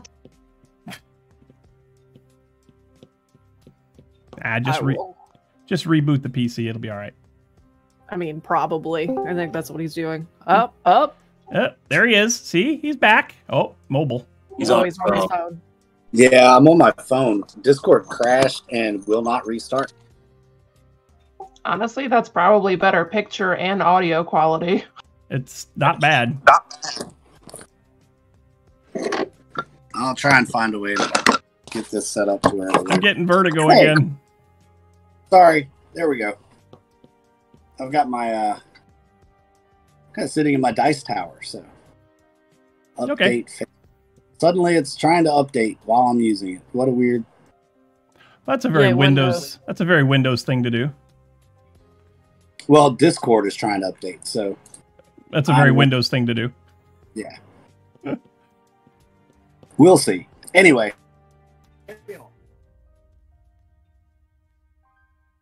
And we lost his picture. We lost you again. They have lost the picture, yeah? Now my name is Furbolg. I really don't. And sorry, Elisbrata. Furbolg is matches. I don't know what's happening, y'all. I really don't. Maybe it's just a good time to call it for the night. The interwebs do not like you this evening. Apparently they do not. I don't know what's going on. I mean, at least we got through most of tonight. I think we did okay. Where are you guys at? Are you all what are you trying to figure out next steps? Is that what it is? Is our boat big enough to hold the Gith? And can we even leave the city with the Gith? You can certainly try. Why don't we just say we go back to the boat and let the DM tell us what happens when we go back to the boat? So yeah, so we stop by and we talk to Jackson for a minute, tell him, hey, the temple's been burned down. You're in charge. Nice knowing you. We'll probably be back someday. By the way, while you're in charge, all of your profits, we get half, and have a nice life. And then go back to the boat.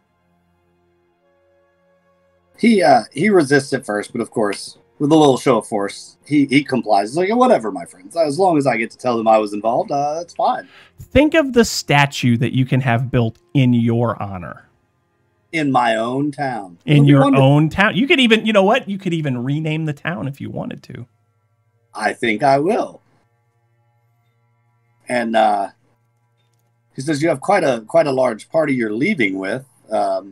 Leaving by foot? Nope. We need to go by boat. We need a boat. We need a bigger boat. We got a boat, but we need a bigger boat. We don't need a bigger boat yet. Okay, we might need a bigger boat. We tell him we're leaving, and then we leave. All right.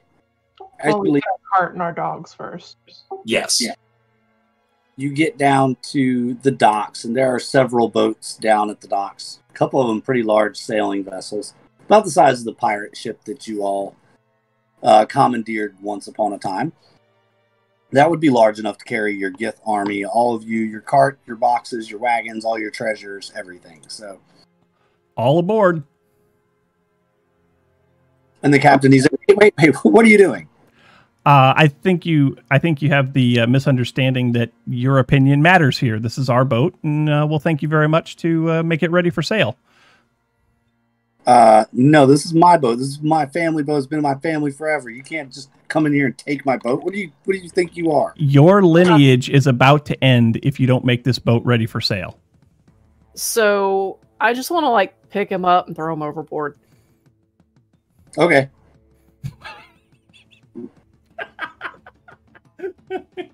Splash. Okay. So that happened. That problem's been taken care of. The crew looks around, is like, where are you guys going? Oh, I see why my wired network just crashed. I don't know why. Oh, your network just crashed. Well, that's no good. On my computer now, and nothing didn't touch anything, so I don't know what happened. Nothing is working. That's awesome. Good thing So, yeah, you all, they ask you where you're going. They're like, we'll comply. We ain't family. He didn't pay well anyway. We're not sure if we're going to pay any better, so... Well, we at least won't kill them if they agree to go where we're going. You'll be allowed to breathe. About that time, a very large explosion occurs off in the distance towards the back of the city as the remaining kegs of gunpowder you all stacked up in the library finally explode. You've been waiting, hoping that it would happen.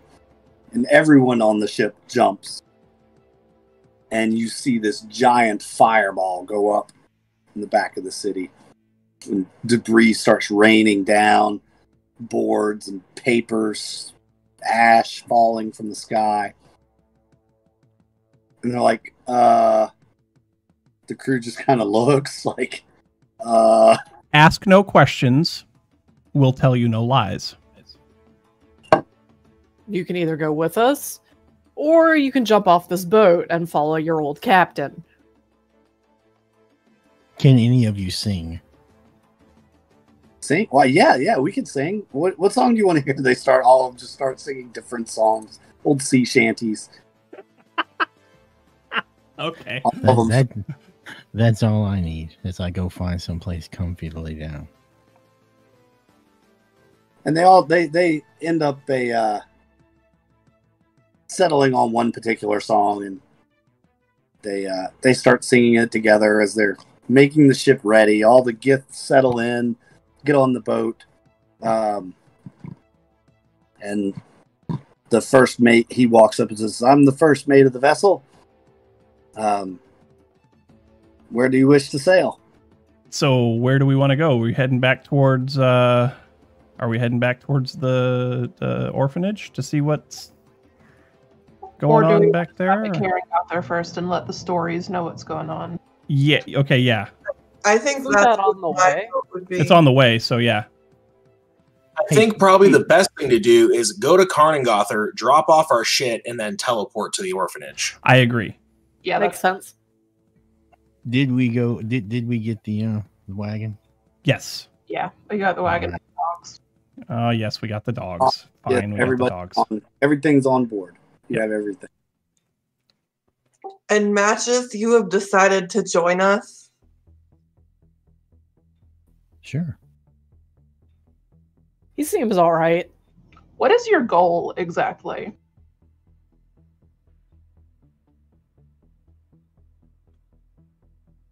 The same as every day. World domination. I mean, but I can't say I mean, we didn't exactly invite him to come with us. He just kind of decided to come with us. And like, okay, but why? Well, I do have goals, and you seem to have had a goal, and our goals sort of matched. And There are some it parallels. seems like it wouldn't be. I'd just like to hang out for a little while and see how well we can foster this relationship. Insight check. Because it worked so well for me last time I rolled it. Yeah, I'm going to be taking that too, since this is a pretty big thing. Well, I mean, I'm not lying. Good job, Vale. Vale just believes anything everyone tells him ever. That makes him a real good rogue. Such a Steve, good rogue. Oh, I love it. I forgot what I was asking about. Like, what was I thinking? What's that beam of light doing over there? I gotta go follow it. Vale is once again distracted by light beams reflecting off of the helm, and he goes and pounces the. For those of you that don't know, Vale is a tabaxi, so I'm essentially a cat. So, yeah. Haven't even had to slip you any catnip yet. Not yet. So, yeah, everybody that read into that, you believe it that he wants to go along with you because it appears, at least till now, that his goals and your goals are at least on parallel paths for now. What exactly those goals are might be different, but working together seems like the best way for him to achieve his goals and along the way help you with your goals. Oi. All right. Yes. So, you are in the honorable city of Fruiton. Oh, already? Okay. That's where you were. Oh, that's right. Where we That's where we started. were. Never mind. Sorry, I'm thinking Karnengother. Never mind. Continue. Sail around. Never mind the cat. And it's about a 2 or 3 day trip to Karengother by boat. Mm-hmm. Hey, let me jump here. I will go this far. I will share that, my home was attacked and burned down by crazy adventurers, too. So I have a sauce. I'm sympathetic to what you guys are going through right now.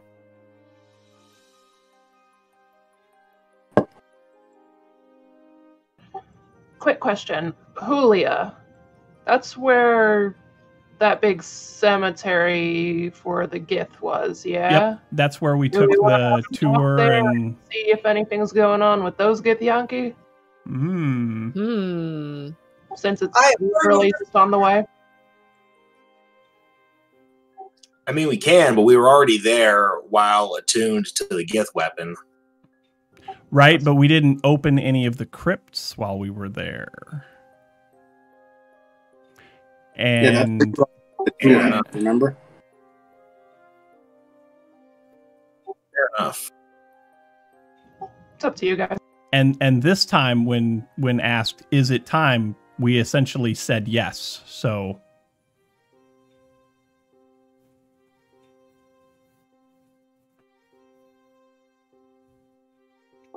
I'm going to assume that I got to take at least a short rest on the boat. I would Oh, say yeah. that's safe. I think we were a day away from Julia, or something like that. Yeah, you could actually get a full rest in before you get to Hule. So yeah, I don't know what's going on with my PC, but my network keeps going up and down, and it's wired. It's not. I'm not on the Wi-Fi. It just keeps dropping. I don't know what's going on. Maybe I have a bad cable. Could be a bad cable. Well, it's just about 10 o'clock anyway. We have a long rest going on. It seems like a decent enough time to just say, "Hey, that's the session." It does pick up in what? No cliffhanger? We have to have a cliffhanger. Come on, man. The cliffhanger is when we arrive in Julia or Julio or however you say the name. How many Gith are going to be there? That's a good question. It's our entire orphanage burned down and everyone with it. Oh, who knows? Time. We don't know if everybody burned down with it. That's true. I would like to propose that we change the name of this city to Julia Gulia. Julia Gulia. No Adam Sandler characters who don't have double V for their initials.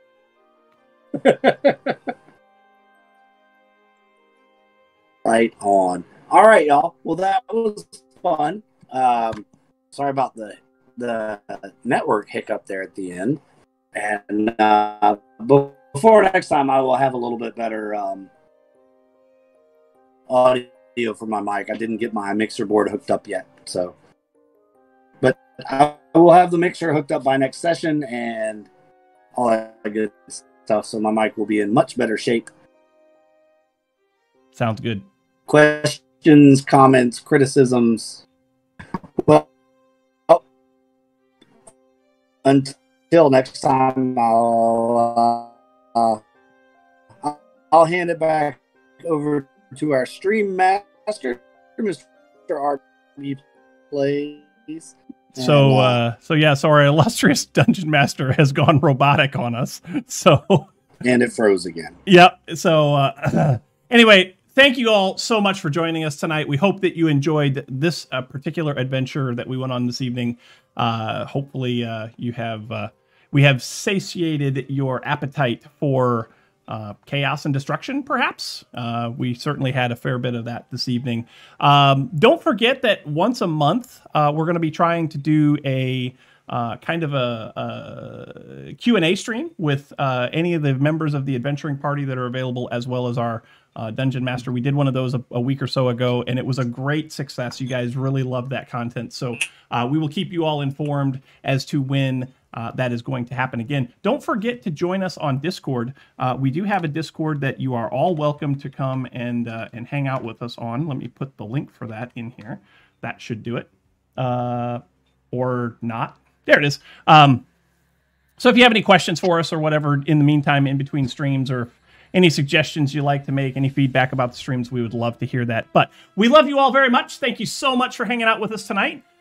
We will come back again. We will do this in a couple of weeks. Pay attention to the Discord and the socials, and we'll let you know what date that's going to be. But until then, you can come back next time. You're all invited. But until then, get out of our dungeon. Bye, y'all.